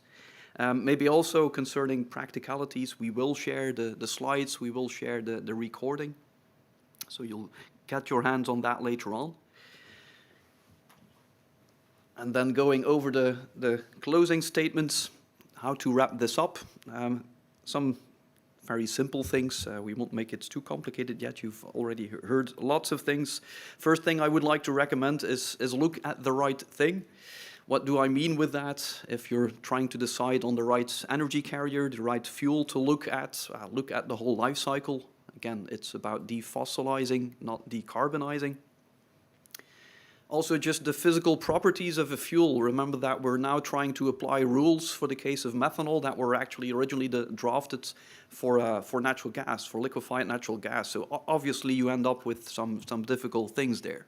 If you look at the physical properties to start with, you understand the actual dangers involved, and you know how to cater for them and to draft the right rules and requirements. Also, again, look at the life cycle to understand the real impact. I hate the word zero emissions. It's all over the place, but please realize that there's no such thing. Everything we do have an impact. To look at the whole life cycle to see where the impact is actually taking place and try to minimize the overall impact. Also be realistic in the sense that, well, real change is only going to happen when we actually start feeling it in our pockets. So that's the tax discussion partly. So make the right environment for green fuels. Maybe we should start thinking about taxing net carbon emissions, which is already happening for some sectors, of course. Think about ETS. Also think about the right environment for retrofits if there's no business case, and currently it's really difficult, partly because of rules and regulations. It just won't happen, independent on how much you wish for it. And indeed, real change is difficult. So technology is only part of it. It's what we've mostly zoomed in on today, but we've also covered training. That's part of it, but the business case, of course, and in any case, unknown is unloved. So we also feel the need to ramp up communication. Methanol is still to a lot of people an unknown. So hence also why all the cases in this project are so important. It's with concrete vessel cases that we can really illustrate how to handle methanol, what role methanol plays in the entire future energy landscape, how it complements electrification and hydrogen. It's not one thing or the other. It's about taking the right choice depending on the application. And if we have more of these different vessel cases, it's also already touched upon, we just get more experience. Okay, this works really well for this vessel, but here we encounter a different problem, so then the rules and regulations gets challenged. So with that, first of all, let me thank you very much for attending, either in person or online, or maybe rewatching this recording. And I'll finish with some practicalities. So we'll make our way back down to the ground floor, where we are offering drinks until 6 o'clock. But parallel to that, we are offering the possibility to go and have a tour on the tug. So people will be around to explain the actual changes made on the tug. There's limitations as to the amount of people that we can take on board at any one time, of course, but while you're waiting, enjoy a glass and definitely take the opportunity to go and visit the tug. So thank you very much. Thank you to all the speakers, and thank you to a wonderful audience.